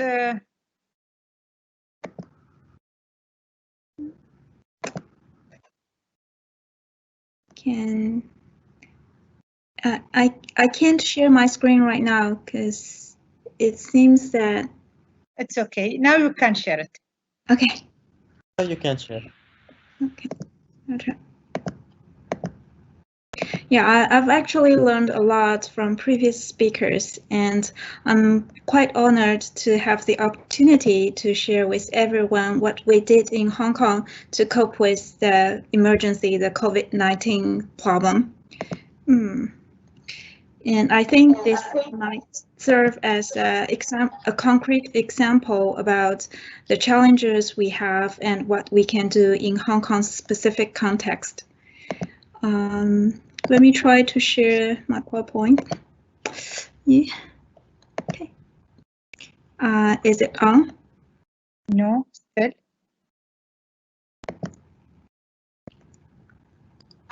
Is it? Just yes. Now it's okay. Can you please make it full screen? Yeah. Thanks. Okay. Great. You can start. Thank you. Yeah, so let me go through a little bit background about Hong Kong's most high-stakes exam, the HKDSE. The full name is Hong Kong Diploma of Secondary Education Examinations. It's the most important exam in almost every Hong Kong student's life. It happens in the end of their secondary education, so it's a diploma for completing the secondary education, but more importantly, it is the major criteria for university admission decisions. And some companies and employers also use this one as their recruitment standard. So it's very important for every Hong Kong student. This is actually assessment battery. It contains 24 category A subjects. So we do have category B subjects, which are practical exams, and category C exams, which are like language subjects, small language subjects. So, but the major part is the category A subjects. Because there are so many subjects, most of the candidates will take 4 core subjects plus 2 to 3 elective subjects. But the whole exam will take almost 1 month to finish. And traditionally is a paper and pencil based subject exam. And we also have face-to-face speaking components for 2 language subjects, the Chinese language and English language. So you can see it's a very complicated exam system. And usually it starts in the end of March and lasts for about 1 month. And for this year, we have more than 50,000 candidates registered for this exam. So because in the beginning of January, the pandemic started and everything changed. So the most relevant government arrangements are school suspension started in the end of January, and there's also a prohibition of gathering in public places. And also for civil servants, they are working from home for quite a time period. So if we want to continue to conduct this exam, we really need to think about how to safeguard the health of students as well as our exam personnel through the entire exam operations, including handling exam materials, invigilation, scanning and marking, etc. So we thought about a few options. So one of them is to cancel the entire exam. Actually, many of the international exams are cancelled, like SAT, TOEFL, or some of the other international exams. And we cancelled most of the government recruitment exams during that period as well. But can we cancel HKDSE as well? We consulted many of our stakeholders, including university admissions officers, university professors, parents, and secondary school teachers, students. But in the end, we concluded that canceling HKDSE is not an option because students do need the exam results to move on to the next stage of their lives. They need to either go to university or go find a job. So they need the exam results. And it is not feasible for universities to come up with another admission mechanism within a very short time period. So they all hope that we can still carry on the exam. Another option is to change to computer-based. There are a few exams that change to computer-based within a very short time period, and students can take the exams at home. But for us, after a thorough discussion, it is not a possible option either, because technically it's not feasible for us to change everything to computer-based mode within a very limited time, because the exam usually happens in March, in the end of March, so we basically have less than 2 months to prepare for that, so it's not possible. And there are also security concerns. Even if we can do it like for after a few more months, how do we make sure that the test is secure? And also there are accessibility concerns. Not every student has a computer and high-speed internet at home. And the other concern is fairness concerns, because students are not very used to computer-based exams in Hong Kong right now. So their IT competencies vary from person to person. If we change the entire exam to computer-based, it won't be fair to some of the students who do not have access to computers at home. They are not very familiar with all those computer skills, etc. So we were left with the only option is to postpone the HKDSE exam. But how long do we postpone that? We actually made a few plans, like plan A, B, C, D, up to plan E. But after consulting the stakeholders, including students and teachers, we think postponing this to a very later stage, say like July or September, won't be very helpful, because students' stress level can increase as time goes by, and also it will interfere with the next school year's operations. So in the end, we decided we should carry on the exam as soon as the COVID-19 situation becomes more stable. So the exam actually started last month, April 24th, and it will finish in about so far it's pretty smooth. And we cancelled the 2 speaking components because we don't want students to come to the assessment center, have face-to-face, close contact with others. So for safety concerns, we cancelled that 2 parts, and we come up with a very long list of precautionary measures based on medical experts' suggestions. First of all, candidates need to take their body temperature every day before they come into the assessment centers, and they also need to fill out and turn in a health declaration form for each of the sessions they sit in. And also we installed body temperature scanning machines in every assessment center. So when candidates came in, their body temperatures will be measured again. If someone has a temperature higher than 38 degrees Celsius, they will be asked to leave the assessment center, so they cannot take the assessment. Some other precautionary measures include that all candidates and exam personnel should wear a mask at all times during their exam period or during the marking period. And we actually go very far to purchase face masks for candidates and our invigilators. And government procurement actually helped with purchasing masks for students as well. We also provide hand sanitizers at all of our assessment centers. And candidates are seated with about 1.5 to 1.8 meters in between. So we make sure that there are safe distance between the candidates. We also advise candidates to take turns to use the restrooms between sessions and after sessions. And after each exam session, the assessment centers will be thoroughly cleaned and disinfected. And we also exercise similar measures in places at scanning centers as well as marking centers. So the details can be found on our website. And besides all these measures to ensure the physical environment, the safety of the physical environment, we also came up with a mechanism for candidates who cannot sit in the exam due to their health conditions. So it's called Vertex Award. So if a candidate is not able to sit in the exam, they can apply for that Vertex Award with a doctor's certificate. Basically, we will calculate the candidate's HKDSE result instead of actually scoring his or her responses.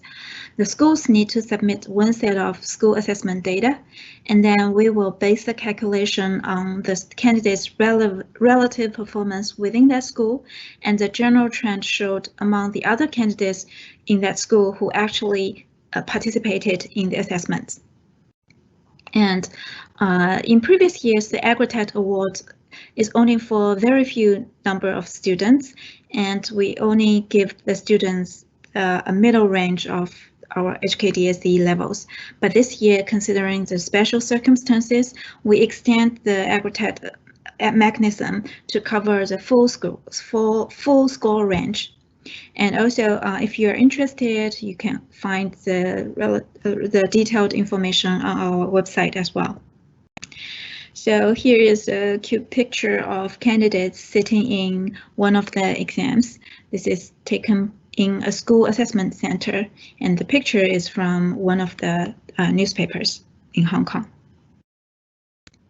So this is what we have done for this year's HKDSE operations, but we also think about what we can do for future emergencies. So in order to cope with future emergencies, we proposed a predicted level. So if in a worst case scenario, we cannot carry on the exams, we plan to calculate a predicted level for each of the school candidate.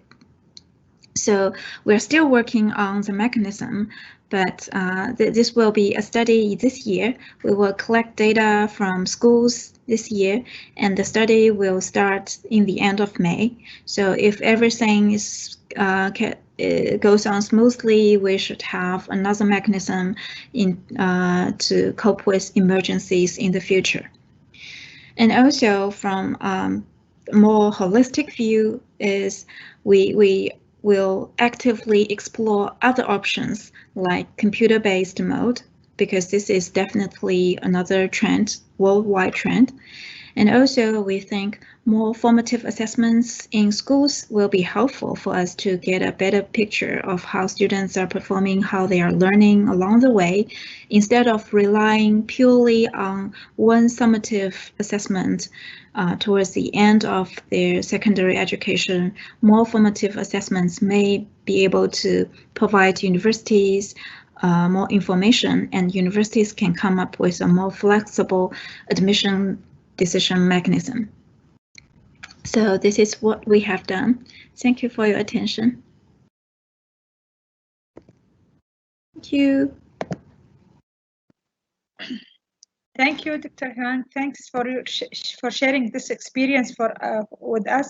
And I think that the procedure that you take it will be very helpful for the other country who's thinking in the same pathway, so they can continue with the implementation of examination on the schools.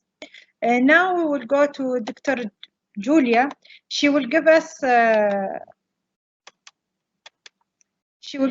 نظرة عامة. دكتورة جوليا بتعطينا نظرة عامة على سياسات التقديم وممارساتها في الدول الأوروبية واستجابتها للجائحة والدروس المستفادة وتأثيرها على مستقبل التعليم. دكتورة جوليا ليبرمان الخبيرة متخصصة في الممارسات العالمية في البنك الدولي. دكتور جوليا, the floor is for you, please. Can start to share your presentation and your experience. Thank you very much. Thank you very much for an invitation to take part in this policy dialogue. Let me just share my screen. 1 second.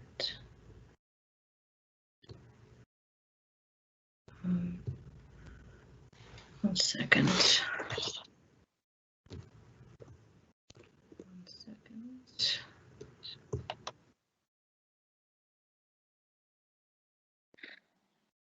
Are you able to see my screen? No. Yes. Now, yeah. Yep. Okay. Good. Yeah. Thank you. Thanks. Thank you. Thank you very much.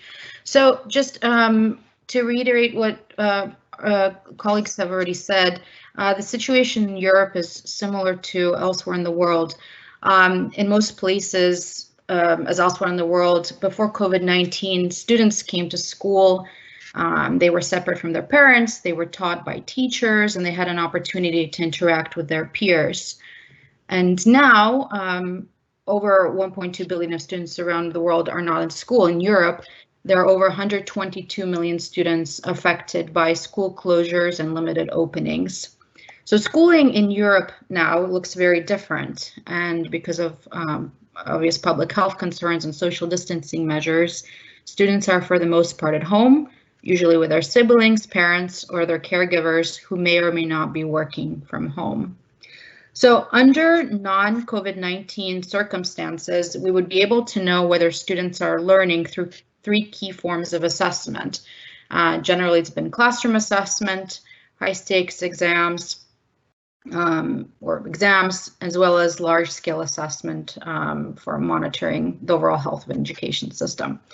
And so all of these forms of assessment, although they happen at different points in the education process and they're administered differently, what they all have in common is that typically, so pre-COVID-19, they would be carried out in person with students sitting in a classroom or a testing center and interacting with teachers or exam administrators and proctors. And at this point, while such an arrangement in most places is not possible, or advisable, we still need to know whether students are learning. So at the classroom level, teachers in Europe have continued to connect with students and parents to engage in the teaching and learning process, and various applications have been made available for free, and new applications have been developed to allow teachers to teach and assess student learning. However, there have been challenges that have emerged through this process. For example, there has been lack of guidance and lack of prior training for teachers on what to assess, how to assess, and how to keep track of performance in the distance learning context. There's also been lack of communication to students and parents on what they're supposed to be doing and how, because it's often the parents who are in fact responsible for ensuring that their children have the right material, they're connected to the internet, or they're viewing the appropriate lessons on television. and then that they submit their homework to their teachers. And also, this crisis has also highlighted the digital divide in Europe, including issues with internet penetration and device availability for all students. So, for example, in Spain, the Red Cross is handing out thousands of tablets and 3G cards to families so that their children can carry on learning. So while formative and summative assessment by teachers is challenging to carry out, decisions on high stakes exams in particular have been challenging for countries in Europe because the COVID-19 pandemic struck Europe exactly when students were preparing to take high stakes exams. So countries across Europe have chosen to take different paths regarding high stakes exams. And while most countries have postponed them, some have decided to continue with them, while others have chosen to cancel them. So here we have some examples of where exams were canceled. So in Ireland, for example, the leaving certificate has been canceled, and the decision has been made to use calculated grades instead. In England, the GCSEs, A-levels, and secondary school leaving certificates have also been cancelled and replaced with calculated grades using estimates based on past performance. France cancelled its baccalaureate exam. It's the first time since its inception in 1808 that this has happened, and students will receive instead an average score in each subject that is calculated from marks given for tests and homework throughout the year. But not all countries have canceled their exams. Germany, for example, has continued with its school leaving exam, taking into account very strict, whoops, can you see my screen? Yes, yes, okay. We can see. I just lost the screen, 1 second. Can you see it? Yes. Okay, fantastic. Sorry about that. My screen just went to a different screen for some reason. Yeah, so in Germany, very strict distance and hygiene regulations have been used for carrying out the school leaving exam in person, and have included that the room can take no more than 8 people at one time. Students arrive with a delay to stagger the number of people that come into the room, and they have to maintain a distance of 1.5 meters on the way to the rooms. There's also been school cleaning and disinfection of rooms, and including doors, handles, furniture, and other materials. Another approach that's been administered or that's been followed in Europe has been to modify the mode of administration from paper and pencil to the online format. The UK's Imperial College London held its first unsupervised online exam for medical school students, and students took this exam at home. They had 3 hours. It was open book, 150 questions, meaning that students had about 72 seconds to answer each question, so not really enough time to look up answers. And the order of the questions was also randomized so that students won't be able to help each other. So now the university is looking at the psychometric analysis of the data and comparing it with the previously administered closed book exams.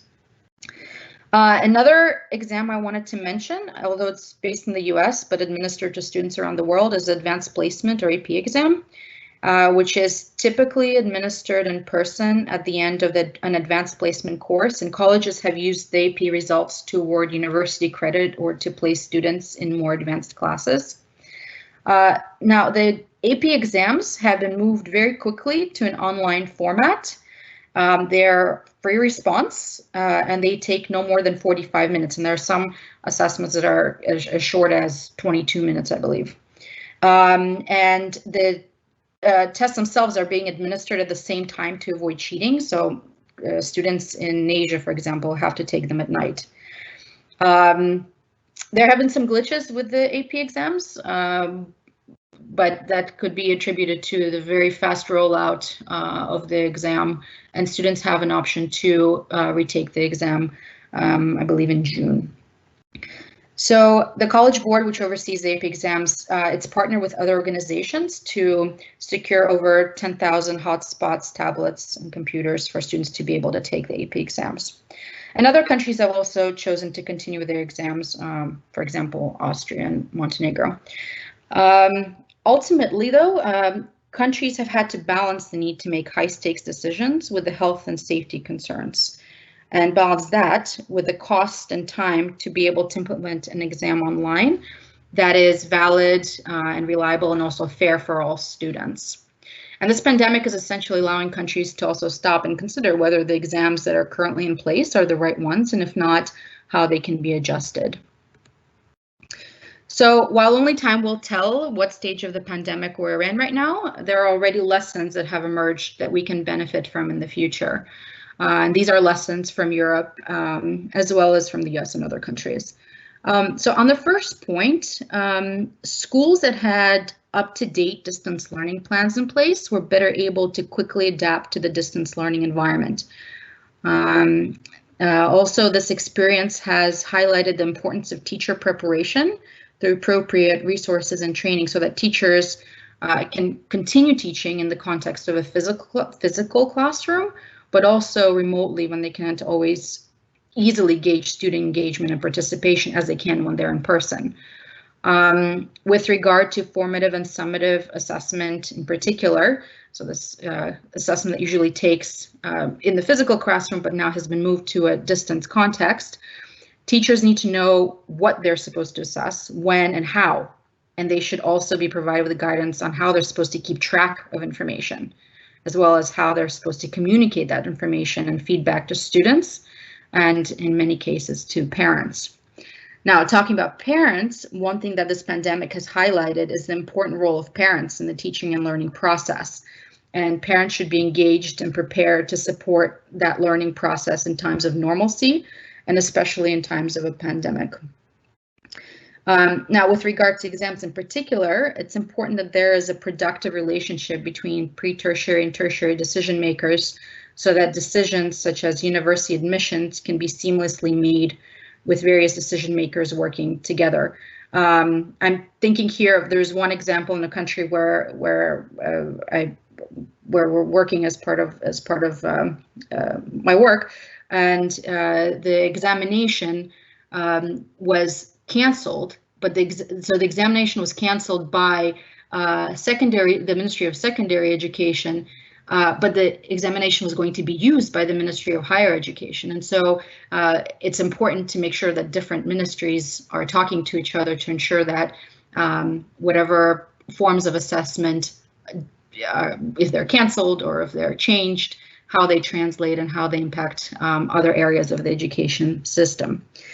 And also it's important to plan for the possibility that it just may not be possible or practical or safe to administer exams in person. And it may also not be possible for various reasons, such as cost and time, to administer a fair, valid, and reliable exam online. And so there should be a well laid out second best alternative that can be followed in case in-person exams aren't possible. Different organizations are also trying to answer these questions that we're discussing today. There are two global surveys that you may be aware of that were recently administered to OECD and non-OECD countries, and the World Bank and UNESCO have also been providing resources and links on this topic. And I believe the results of the surveys, the two global surveys, should be out fairly soon. So at this stage, while countries are still making decisions on what to do in many places in Europe, in time it'll hopefully be possible, well, we expect that it will be possible to analyze the outcomes and draw conclusions from what is essentially a natural experiment where countries that are facing very similar conditions are choosing to follow different approaches. But regardless of the approach that's followed, one thing that has been quite evident and consistent across countries is that ministries of education and assessment experts are taking this unfortunate pandemic situation as an opportunity to pause and to critically evaluate the state of assessment activities in their countries and what can be done to improve them. So thank you very much, and I look forward to our discussion.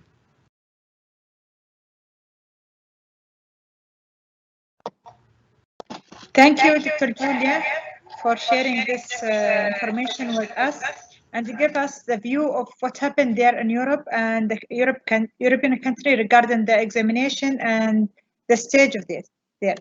And now الآن سوف نحول إلى الدكتور صالح سليم مدير إدارة الاختبارات والمحوسبة بالمركز الوطني للقياس. سوف يستعرض لنا تأثيرات الجائحة على سياسات التقييم وما هي الخيارات المطروحة لسياسات التقييم في ظل الجائحة من حيث الإيجابيات والسلبيات لهذه السياسات. فليتفضل مشكورا. تفضل دكتور صالح. شكرا جزيلا اخت مهرة. شكرا جزيلا للاخوان اللي عرضوا قبل. الحقيقه معكم صالح السليم، انا مدير عام اختبارات المحوسبه في هيئه تقويم التعليم. الحقيقه الموضوع مهم جدا رغم انه وحرصت اني اشارك معاكم فيه، رغم انه عندنا الايام هذه ضغط كبير للتحضير لاختبار الهاي ستيك اكزام اللي هو التحصيلي، الاختبار التحصيلي. لكن حرصت اني اشارك معاكم في عرض الشاشه. فيزبل ولا لا؟ لا دكتور. بس بدنا نسوي لها شير دكتور. اوكي بس شير دكتور. اوكي. How is it now? يس. بس دكتور لو تسوي لها الشاشة فول سكرين it will be better.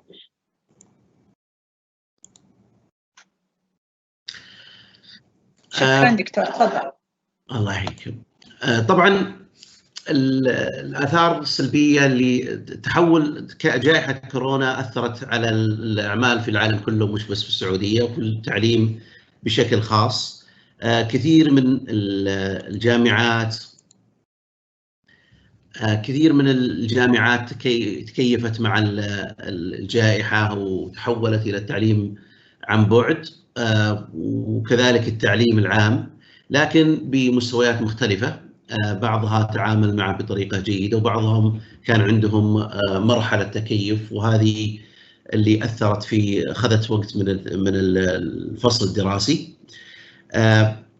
وكان عند أول ما بدأ التعامل الرسمي مع الجائحة كان في 8 أغسطس، توقفت الذهاب لمقرات العمل والمدارس، والتحول بدأت الجهات بشكل عام تتحول إلى العمل عن بعد والتعليم عن بعد، وكان للبنية التحتية أثر كبير في التعامل أو التكيف مع الجائحة.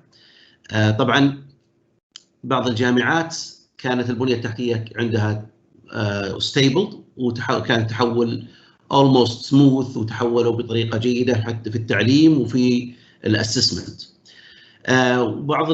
وفي التعليم العام سخروا القنوات الفضائية اللي عندهم شبكة من القنوات الفضائية، وعندهم نظام تعليم إلكتروني مستخدمينه في الجامعات وفي التعليم الخاص بشكل كبير، بالإضافة إلى الأعمال المنزلية ركزوا عليها بشكل كبير. كان فيه تفاوت في الأداء في الجامعات. طبعا الفصل الدراسي انتهى الآن، وكل الجامعات كان التعامل في التعليم عندها أنه الترحيل للفصل اللي بعده في التعليم العام، وإكمال الدروس وإكمال المحاضرات عن بعد. بالنسبة للتعامل مع الجامعات كان الطرح أكثر من بروبوزل، هل يكون ناجح وراسب ويبقى بدون ما يأثر على المعدل، ولكن اللي مشى مع اللي اعتمدته الوزارة عندنا أنه استخدام التقييم اللي هو المعدلات العادية، بحيث أنه ما يأثر على الأداء الطالب ولا مستوى الطالب، بحيث أنه ما يقل مستوى يبقى مستوى في مستوى الماضي. الجامعات بشكل عام كان لها أداء متفاوت، وشفنا في أساليب التقييم اختلفت بشكل كبير. أكثر الجامعات استخدمت نظم التعليم عن بعد للتقييم، اختبارات الموجودة في التعليم عن بعد، بعضها استخدم الواجبات المنزلية، مشاريع، أبحاث، وكانت كلها بهذا الشكل. تقريبا المود اللي شغالين عليه قبل الكوفيد 19 كانوا الاسسمنت ياخذ اللي هو الاكزام اسسمنت تاخذ جزء كبير من السكور. بعد التحول اصبح اللود الاكثر على الواجبات، المشاريع، الابحاث اللي يسلمونها الطلاب. طبعا الاختبارات الهاي ستيك صعب تطبيقها في ظل الظروف اللي ما في ريموت بروكترينج، لذلك كان التقييم عن طريق المراقبه عن بعد اوبشن مهم، وهو اللي اتجهت له هيئه تقويم التعليم والتدريب من خلال مركز قياس التابع للهيئه. المركز قياس المسؤول عن الاختبارات قبول الجامعات، عنده مجموعه من الاختبارات، ولكن اكبر الاختبارين عندنا الاختبارات القبول اللي هي الابتيتيود والاتشيفمنت، القدرات والتحصيلي. القدرات ياخذون الطلاب خلال السنتين الماضيات، معظم الطلاب عندهم اختبار قدرات ما عدا حوالي 10,000 طالب ما دخلوا الاختبار، ولكن البقيه كلهم داخلين اختبارات. الاتشيفمنت او التحصيلي عندنا حوالي 350,000 طالب يحتاجون الاختبار هذا ولازم يدخلونه على اساس يقدمونه على الجامعات. وكان نفس ما شفنا في تجربه الهونغ كونغ كان عندنا اكثر من خيار، هل نلغي ولا نأجل ولا نتعامل مع الاختبار باحتياطات اضافيه. الخيار اللي اتجهت له هيئه تقويم التعليم اللي هو طبق الاختبار في وقته ولكن عن بعد. عن بعد الاشكاليه في الهاي ستيك اكزامز اللي هو كيف تضمن الاداء الطلاب في الاختبار هذا. استخدمت الهيئه نظام للتعليم عن بعد، للمراقبه عن بعد من خلال الاي اي، بحيث ان الطالب يدخل على منصه، ينزل الاختبار، تشغل الكاميرا بحيث تصير الكاميرا والميكروفون شغال طول الوقت، يسجل all activities واي violation reported من طريق الاي اي. التحول للاختبارات المحوسبه بشكل عام اخذته الهيئه من حوالي 5 سنوات. في الماضي كانت تشتغل بيبر بيست، وكان نقدم تقريبا في الهيئه اكثر من 3 مليون اختبار او حوالي 3 مليون اختبار سنويا، وكانت معظمها بيبر بيست. ثم بدا التحول على التحول الالكتروني على اساس زياده المرونه والسكيورتي وتلبيه ذوي الاحتياجات الخاصه. كثير من الاختبارات اللي من ضمنها التحصيلي اللي هو الاتشيفمنت تيست اللي احنا نتكلم عنه هو القمه، والاختبارات الجامعيين والقدرات، وهي مماثله للاختبارات اللي يقدمونها في الدول الاخرى اللي ذكروا في تجربه الهونغ كونغ والسات ولا الجي ار اي. تقريبا اختبارات في السعوديه مماثله تستخدم للقبول للجامعات بالاضافه الى اختبارات اخرى. بدا الاختبار التحول للاختبارات المحوسبه تدريجيا، وكان عندنا نمو مضطرد في الاعداد وسنويا، والان خطه الهيئه انه تحول كل اختباراتها على المحوسب. هذا بس يوضح التوزيع للاختبارات اللي تقدمها الهيئه، وهنا مجموعه الاختبارات اللي نقدمها المركز من خلال الهيئه.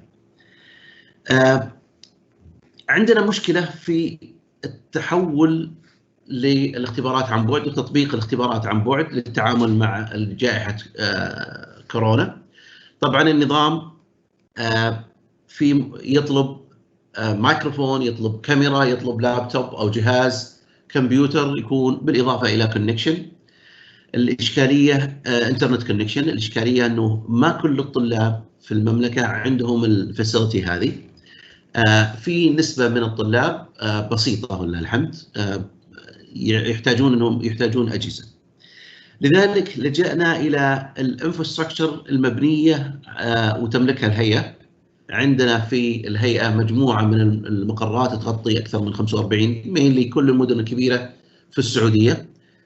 حوالي 100 مقر تغطي طاقة استيعابية جيدة.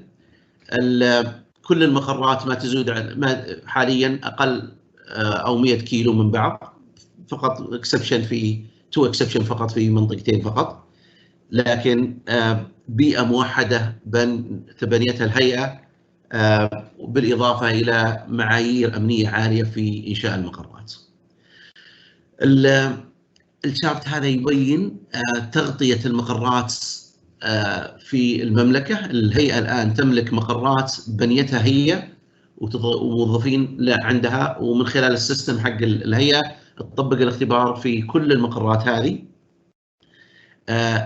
بالإضافة إلى الريموت اريا. عندنا المقرات المتنقلة مثل هذه بنتها الهيئة من خلال بيئة موحدة، بحيث تضمن أنه نفس الاكسبيرينس اللي يمر فيه الطالب في المدينة يمر فيه الطالب في القرية أو في المدن الصغيرة اللي ما فيها مقرات ثابتة.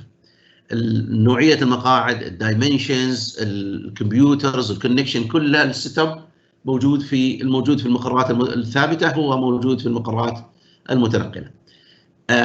السيت اب في مقراتنا بشكل عام في لاكرز، ادميشن اريا، غرفة مراقبة، الفاجيليشن روم، في ريكوردينج للاكتيفيتي لمدة 30 يوم لكل الاكتيفيتي الموجودة في الاختبار. كل 3 PCs عليها كاميرا تو ريكورد فور 1 مانث، نقدر نرجع لاي اكتيفيتي اذا في اي كومبلينز. السيت اب هذه هي اللي حنستخدمها للطلاب اللي ما عندهم اجهزه في الاختبار التحصيلي القادم. الاختبار ان شاء الله بيكون في شهر جون، وبنطبقه ريموت واي اي مونيتورنج في كل مناطق المملكه. وبالنسبه للطلاب اللي ما عندهم الفاسيلتي لتطبيق الاختبار في البيوت، بيكون التطبيق في المقرات، بحيث انه نفس السيستم نفس البيئه. دور الهيئه هنا هو توفير مكان يختبر فيه فقط، لكن على نفس السيستم ونفس المعايير اللي مطبقه للطلاب اللي في البيوت. بالاضافه الى ذوي الاحتياجات الخاصه، ايضا في غرف اللي على اليسار في الصوره هذه، هذه غرف لذوي الاحتياجات الخاصه اللي يحتاج احد يكون معاه في الكمبيوتر سنتر مثل هذه. طبعا بشكل عام السكيورتي احنا ناخذها بشكل عام اللي هي البصمه والتحقق للتاكد من انه ما فيه بروكسي تيست تيكر، وللتعرف على الطالب اذا جاء مره ثانيه.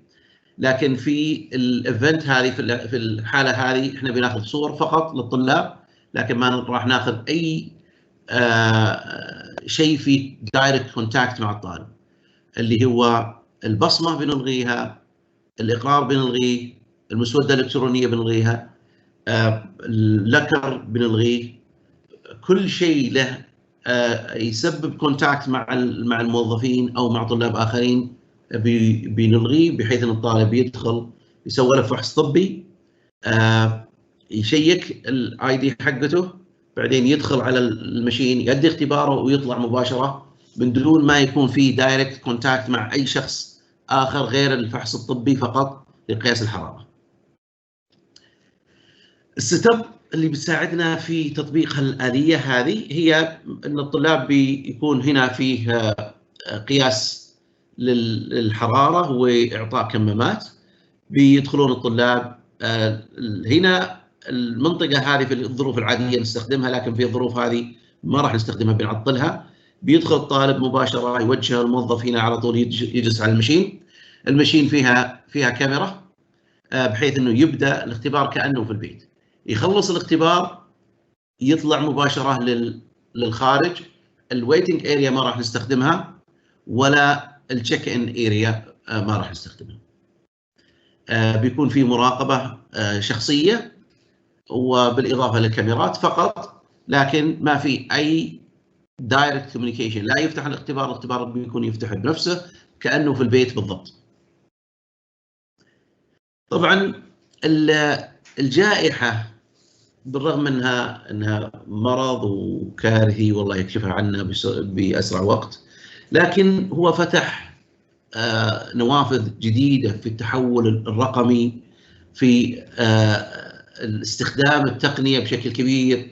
الاجتماعات الآن أصبح الموظفين نتكيف بشكل أكبر في الاجتماعات عن بعد، على الاجتماعات في المقرات. حتى التعليم الآن أصبح بشكل سلس من خلال البلاك بورد والبلاك بورد والزوم والأنظمة اللي تستخدم في التعليم. الآن أصبح فيه تدريب واسع على مستوى نطاق واسع في المملكة، على مستوى مدنها وقراها، لاستخدام التقنية بشكل أكبر. فعلت استخدام التقنية بشكل أكبر، بحيث أنه الآن أصبح توجه الدولة بأنه يصير فيه أيام تتحول التعليم عن بعد بشكل دائم، حتى بعدم وجود جائحة أو أمراض. وهذه جيدة، أصبحوا يفكرون فيها ويناقشونها الآن، بحيث أنه يكون فيه يوم من جزء من الدراسة أو جزء من العمل يكون عن بعد. وهذا التوجه بدأ في حيز التنفيذ تقريبا في مجالات معينة، بحيث لو كان في أي ظروف تعيق الطالب أو الموظف من أداء الذهاب لعمله، يستمر العمل بسلاسة بدون تأثير زي اللي صار عندنا انقطاع حوالي أسبوعين أو ثلاثة في بعض الجهات. بعض الجهات صار التحول فيها سريع. لذلك التجربة اللي مرينا فيها كانت جيدة واستفدنا فيها كثير، وشاكر لكم استماعكم، ونلتقي معكم في النقاش إن شاء الله. شكرا.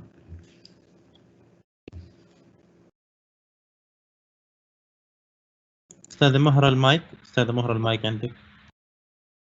شكرا دكتور صالح لأنك أعطيتنا هذه التجربة العملية في كيفية تطبيق الهاي اكزامينيشن في المملكة العربية السعودية.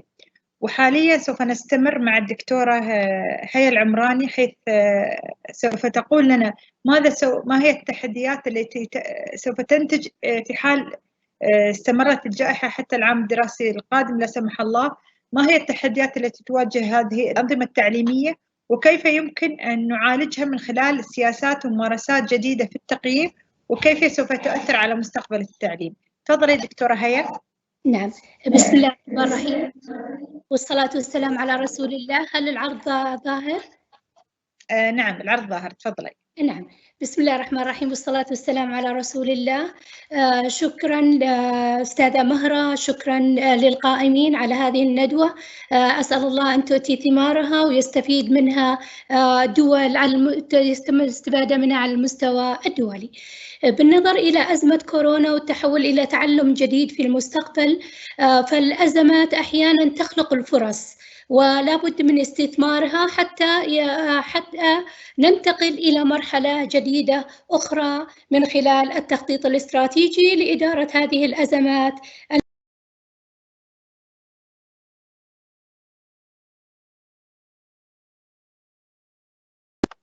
دكتورة هي الصوت مو واضح. المايك عندك قطع. نعم، بالنظر إلى هذه الآن واضح الصوت؟ أي نعم. نعم، بالنظر إلى هذه الأزمة وفي ظل التوقعات الآن، لا أحد يستطيع أن يحدد متى تنتهي هذه الأزمة أو متى يتم تجاوزها. لا أحد يستطيع أن يتحدث عن هل ستتم العودة إلى المدارس في الفصل الدراسي القادم أم لا.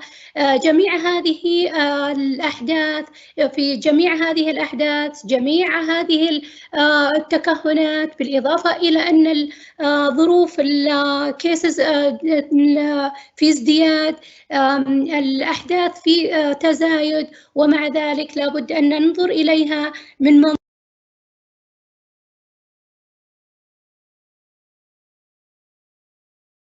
انقطع الصوت دكتورة هي الصوت. نعم. هو الإشكالية يمكن الإشكالية عندك، بس لما تيجي تضغطي next slide يمكن بالغلط عندك بضغط على ميوت. حركي الماوس مثلا محل ثاني، يمكن يكون محطوط على على ميوت أو شيء. بإذن تعالى.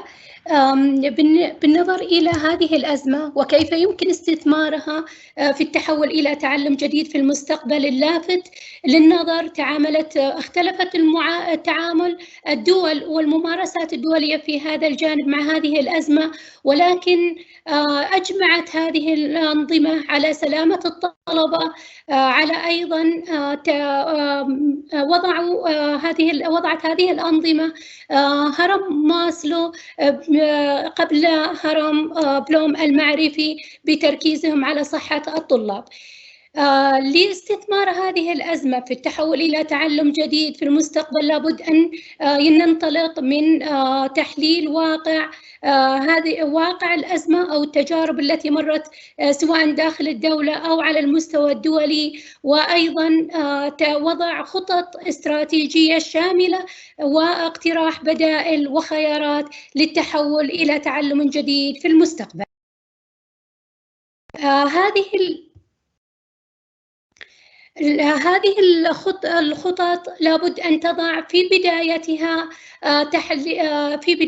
تحليل الفاقد التعليمي الذي نتج خلال الفترة السابقة عندما تحولت هذه الدول إلى تعلم طارئ، ولا نستطيع أن نسميه تعلم عن بعد أو تعلم إلكتروني، ولكنه تعلم طارئ فترة إغلاق هذه المدارس. فلا بد أن يكون هناك دراسة متعمقة للفاقد التعليمي من خلال حصر المفاهيم والمهارات الأساسية التي تعد ذات أولوية وتؤسس لتعلم موضوعات في الصف اللاحق، سواء كانت في مجالات التعلم الرئيسية التي تبني المفاهيم الأساسية عند الطلاب، وأيضا تقديم البدائل والمقترحات لمعالجتها مثل بناء محتوى إلكتروني يستهدف هذا الفاقد، أو تقديم فصول افتراضية فترة الصيف لمعالجة الفاقد التعليمي لدى الطلاب، أو بتخصيص بداية الفصل الدراسي لمعالجة هذا الفاقد. أيضا لابد من تحليل واقع التعليم في ظل الأزمة وتجارب الدول وتحديد الجاهزية للتحول، فمن حيث الإعداد والتهيئة السابقة، من حيث مصادر التعلم والمحتوى المستخدم سابقا، بالإضافة إلى الأساليب التقويم التي تم استخدامها وكيفية التعامل معها، وعمليات التعليم والتعلم التي تمت لصياغة هذا التصور. وهذا يتطلب إعداد معايير جودة التعلم الإلكتروني والتعليم عن بعد، وكذلك تقديم بدائل وخيارات ومقترحات للتحول إلى تعلم جديد، ومن ثم بناء خطة لإدارة عمليات التعليم والتعلم والتقويم في الأزمات التي قد تحدث لا سمح الله مستقبلاً. أمامنا 4 سيناريوهات محتملة في ظل هذه الأزمة، سواء كانت استمرت هذه الأزمة أو ما بعد هذه الأزمة. قد يكون هناك استمرار للتعليم عن بعد الذي يطبق في الظروف الطارئة، أو أن يتم التحول كلياً خلال الفصل القادم وما بعده إلى تعلم عن بعد، أو أن يتم تعلم مدمج يجمع بين التعلم الإلكتروني وجها إلى وجه والتعليم عن بعد لكل مجال تعلم، أو أن يتم تحويل بعض مجالات التعلم بشكل كامل إلى تعلم عن بعد، وأيضا مجالات تعلم أخرى يتم تنفيذها وجها لوجه أو بشكل مباشر. هذه السيناريوهات لابد أن يكون تخطيط لها، سواء كانت استمرت هذه الأزمة أو لما بعد هذه الأزمة. لعل هذه الأزمة وجدت لنقف أمام أنفسنا ونراجع أنظمتنا التعليمية لننطلق إلى تعلم وآفاق أخرى جديدة في المستقبل.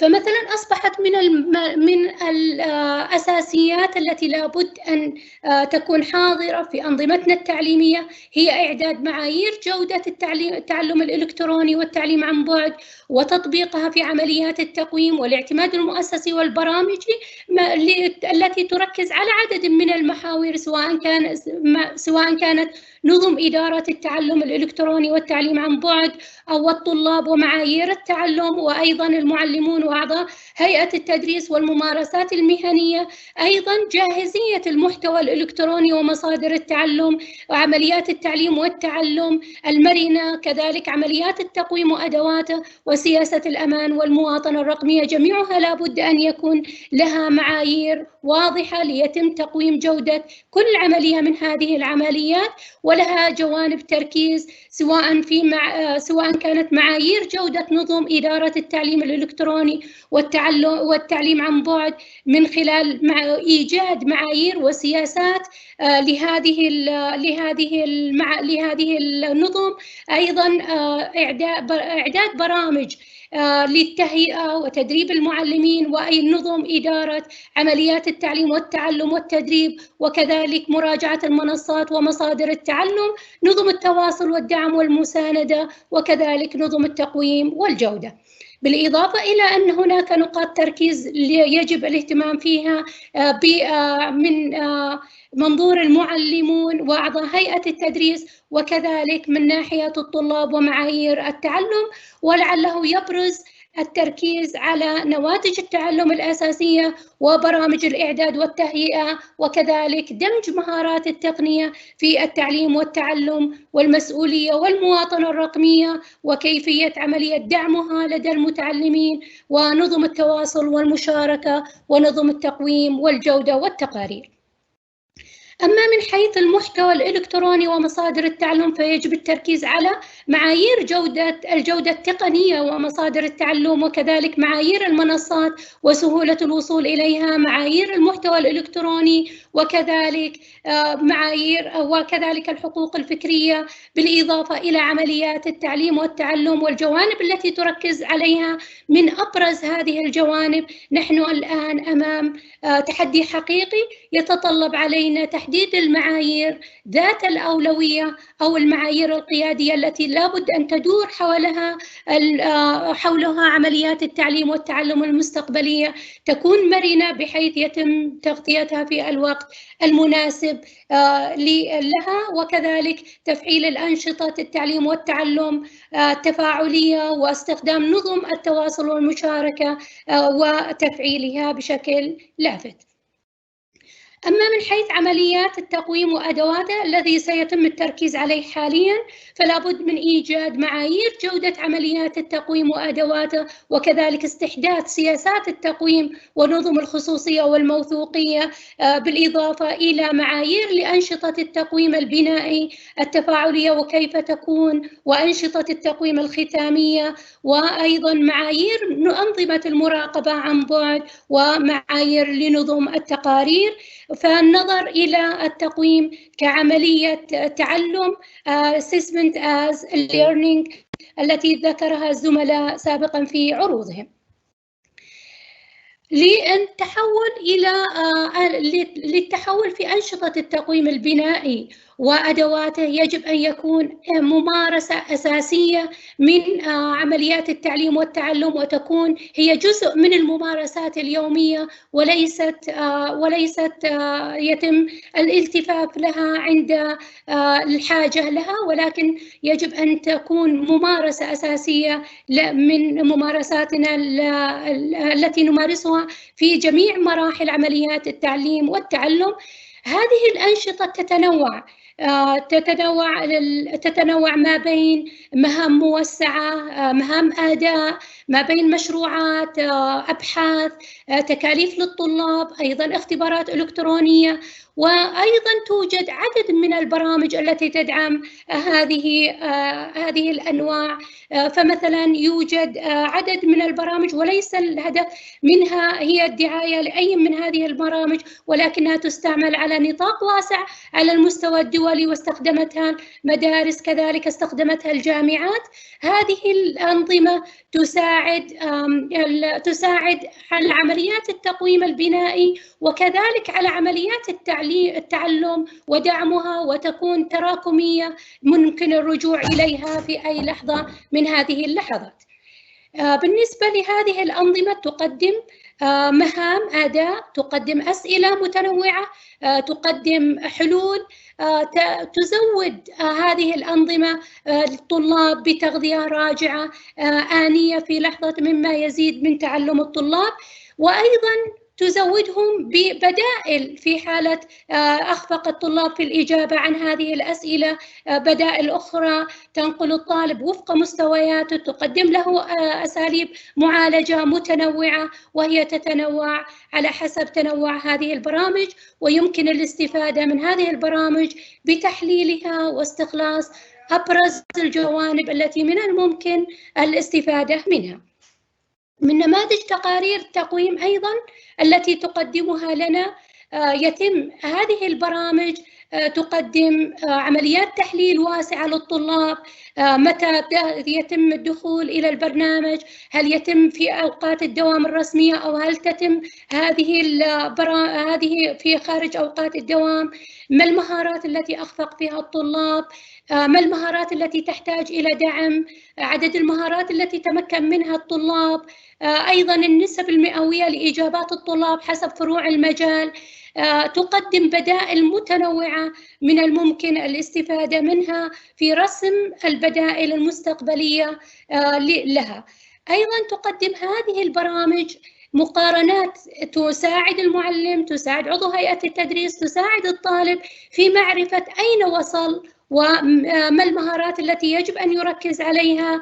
تفريد التعليم في هذا الجانب واضح، لا تستهلك من الطلاب الوقت الكثير في عمليات التحليل أو تجعله أمام انتظار متى تصل إليه التغذية الراجعة، فهي تغذية راجعة آنية تقدم له في نفس اللحظة. أيضاً بالنسبة لبدائل التقويم الختامي توجد، وهي الآن مجال أو الهاجس الأساسي الموجود، يوجد نوعين يرتبط بالتقويم الختامي. النوع الأول هي الأنظمة لإدارة عملية التقويم، والجزء الثاني أنظمة الرقابة. أيضاً بالنظر إلى هذه الأنظمة الإدارة للعملية، هي تتيح برامج متعددة متنوعة من الممكن الاستفادة منها، سواء كانت في استخدام الأنشطة المتنوعة ما بين المشروعات، ما بين الاختبارات المقالية، ما بين الاختبارات الموضوعية، ما بين الاختبارات المتنوعة التي تتاح على البوابات هذه، وأيضاً في نفس الوقت تتيح إمكانية الوصول إليها وطريقة تطبيقها، سواء كان التطبيق متزامن أو غير متزامن، مع توفير أنظمة مراقبة واضحة. بالنظر إلى أنظمة المراقبة، يوجد 4 مستويات لهذه المراقبة وفقاً لحساسية الاختبار ونوعه، فتختلف حساسية الاختبار ما بين الاختبار الصفي وما بين الاختبار الذي تتخذ بضوء قرارات أو مثل اختبارات القبول وغيرها. فمثلا يوجد بعض البرامج أو أنظمة المراقبة التي تعتمد على تطبيقات الذكاء الاصطناعي والمراقبة البشرية تجمع بينها. توجد أيضا الأنظمة التي تعتمد على تطبيقات الذكاء الاصطناعي فقط برسم التحركات وتحليلها، وهذا ما عملت عليه الآن هيئة تقويم التعليم بالاستفادة منها. أيضا عندك يوجد بعض البرمجيات أو بعض الأنظمة التي تعتمد على المراقبة البشرية.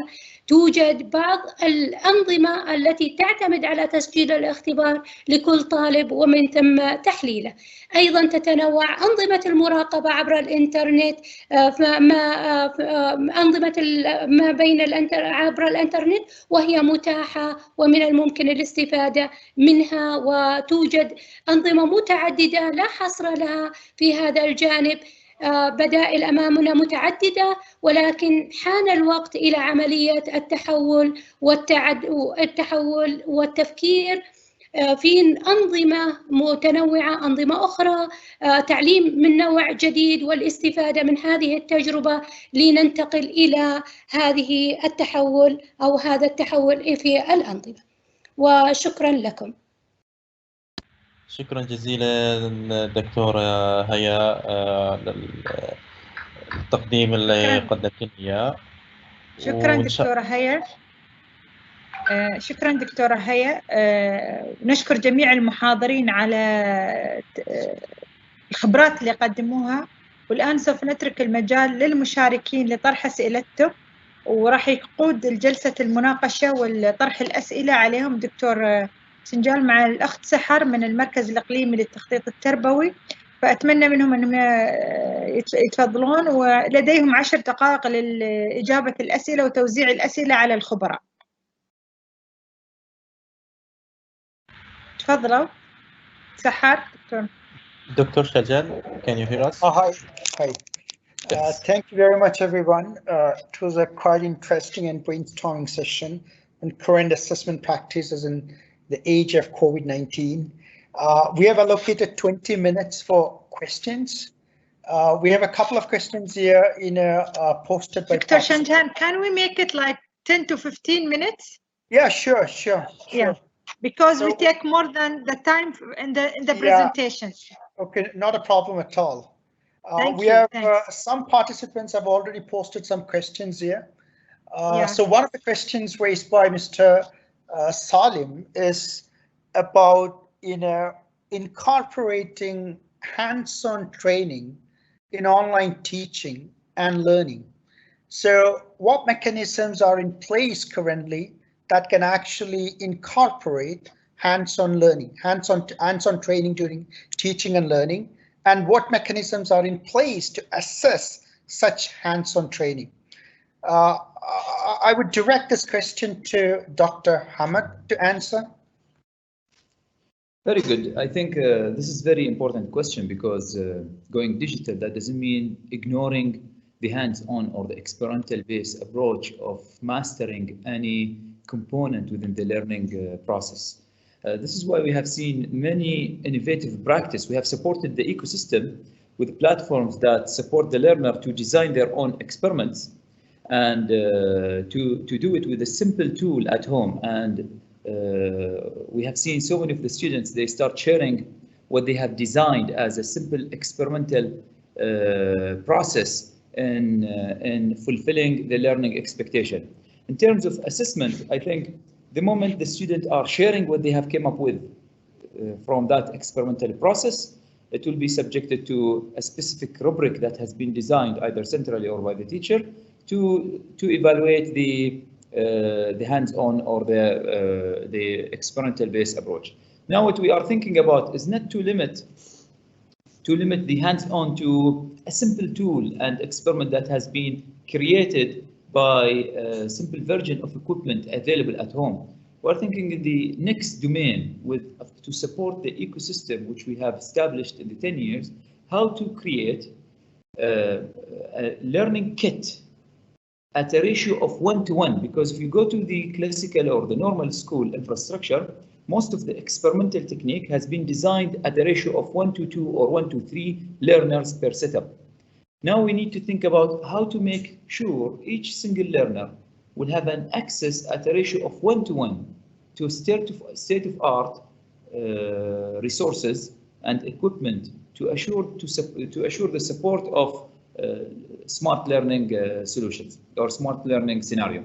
Then the hands-on, this is from our practice here in our school system. Students are carrying out some simplified version of the experiment to go to the most sophisticated and the most advanced setup. I think we need to redesign the educational resources to meet a 1-to-1 ratio in the future. Thank you very much, Dr. Hamad. I appreciate it. We have attended a question from Mr. Fuad. He's wondering, how would you offer formative feedback to students within a short period of time when you have a large number of students in the classroom? So for example, it says if there are 80 students in a classroom, how is it possible to give feedback to the students within a short period of time? Very good. Yeah, can I direct this question to Dr. Hannah? Hamad, you mean, or Hannah? Hannah, Dr. Hannah. Hannah. Right? Thank you. Hannah. Yeah. Right.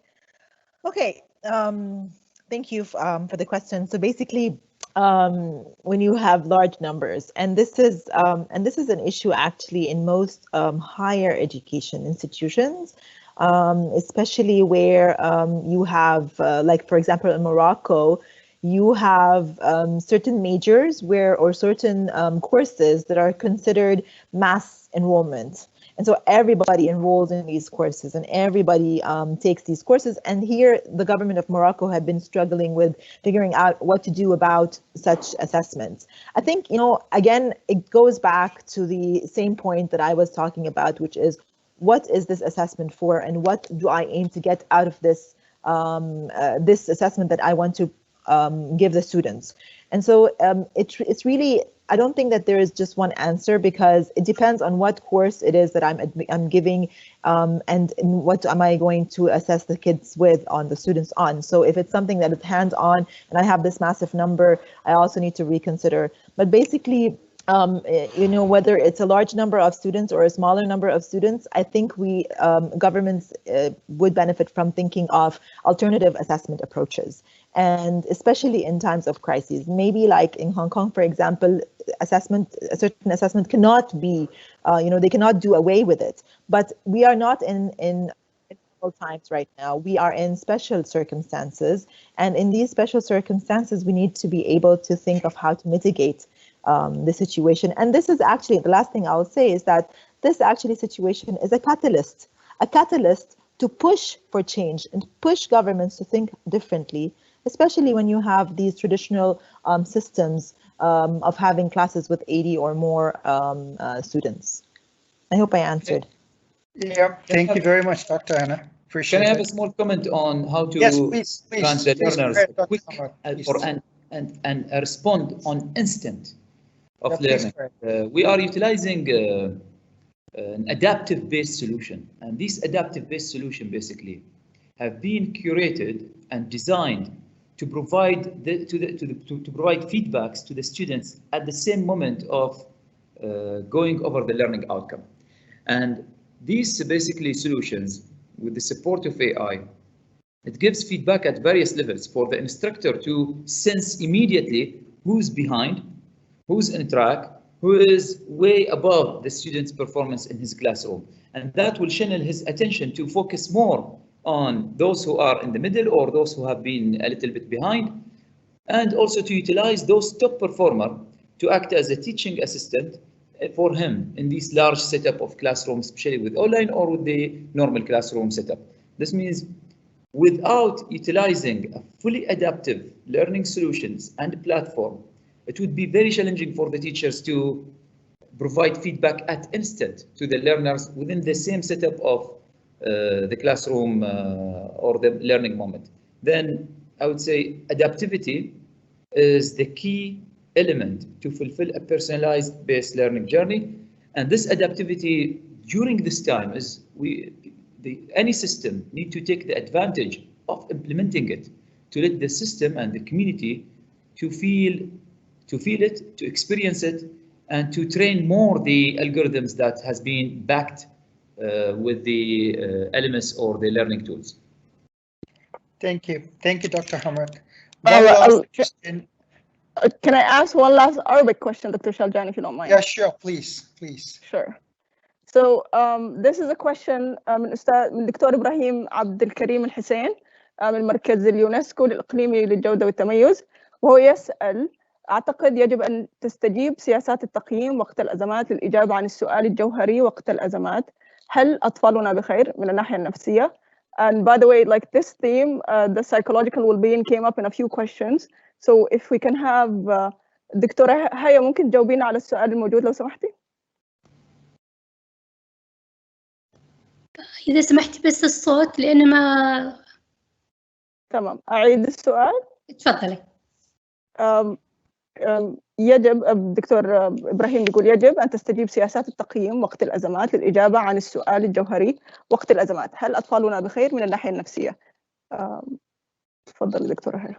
نعم، بالنسبة الآن للاهتمام، ذكرت سابقا أن تقريبا استجابت النظم التعليمية بشكل عام إلى تعليق المدارس والاهتمام بها، لكن هل تم كما يجب؟ هذا يعني يدعونا إلى التفكير في هذا الجانب، وأيضا التفكير إلى مزيد من التهيئة النفسية للطلاب في المراحل اللاحقة مع بداية الفصل الدراسي، من خلال نشر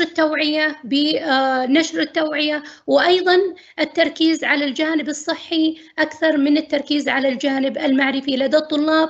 وأيضا لا يكون التقويم هو الهدف بذاته، خاصة أن الأنظمة الدولية حاليا أو التوجهات الدولية بشكل عام تركز حاليا على أن يكون التقويم للتعلم، وليس الهدف منه هو تقويم التعلم. وهذا أيضا لعل في تقرير OECD الذي نشرت على أن يعني تحث الدول على أنها تضع ماسلو تاكسونومي بيفور ذا بلوم تاكسونومي، بتركيزها على الجانب النفسي والاحتياجات والمتطلبات للطلاب أكثر من تركيزها على كيفية تحصيل الطلاب أو عملية تقويم التحصيل لدى الطلاب، في خاصة ما يقصدونه في هذا الجانب هو التقويم الختامي. تمام. دكتور حمد, do you want to add to this, حمد اليحيوي? I think I'm in agreement with the statement of putting Maslow framework before Dewey or the constructivism itself, for a reason, because only if you have an ecosystem where the student can navigate over his mastery per learning outcome independently, then the teacher will be able to put an effort on the student well-being, the psychological well-being of the learner. Without having a full ecosystem, it will be very challenging, because the teacher would be, in the normal way, follow up with the teaching and learning process, and then he won't have enough time to spot or to support the student well-being during the learning process. Then it require a decent infrastructure that support the independent learning, that support the engagement of self-learning over the over the ecosystem, and then that would allow the teachers to think on how they act as a supporter or a coach with each student to find out how to keep that intrinsic momentum and engagement ignited and in a continuous mode with each learner. Okay, I think we'll end with this, Ms. Mahra, أستاذة مهرة. خلاص خلصنا أسئلة. أنا أشكركم جميعا على المشاركة، سواء من الخبراء أو المشاركين، وبإذن الله نوعدكم أنه راح يكون هناك توزيع كامل للعروض اللي عرضت في هذا الحوار، وكذلك سوف يكون هناك تقرير متكامل عما تم عرضه في هذا الحوار، وأيضا التوصيات الخاصة بالحوار من أجل سياسات تقييم تعليم الطلبة في وقت الأزمات، وكيف ممكن نطور سياساتنا الحالية لنجعلها متوائمة مع أي متغير في المستقبل، سواء كان أزمة أو غير أزمة. نحاول أن يكون لديكم هذا التقرير خلال أسبوع بإذن الله، ونشكركم على تواجدكم ومشاركتكم في فعاليات المركز الإقليمي للتخطيط التربوي، وبإذن الله سوف تسمعون قريبا عن ندوة أخرى سوف ينظمها المركز الإقليمي للمركز الإقليمي للتخطيط التربوي، وسوف يكون موضوعها مفاجأة لكم بإذن الله. نشكركم على تواجدكم ونأمل أن نلقاكم في لقاءات أخرى. شكرا.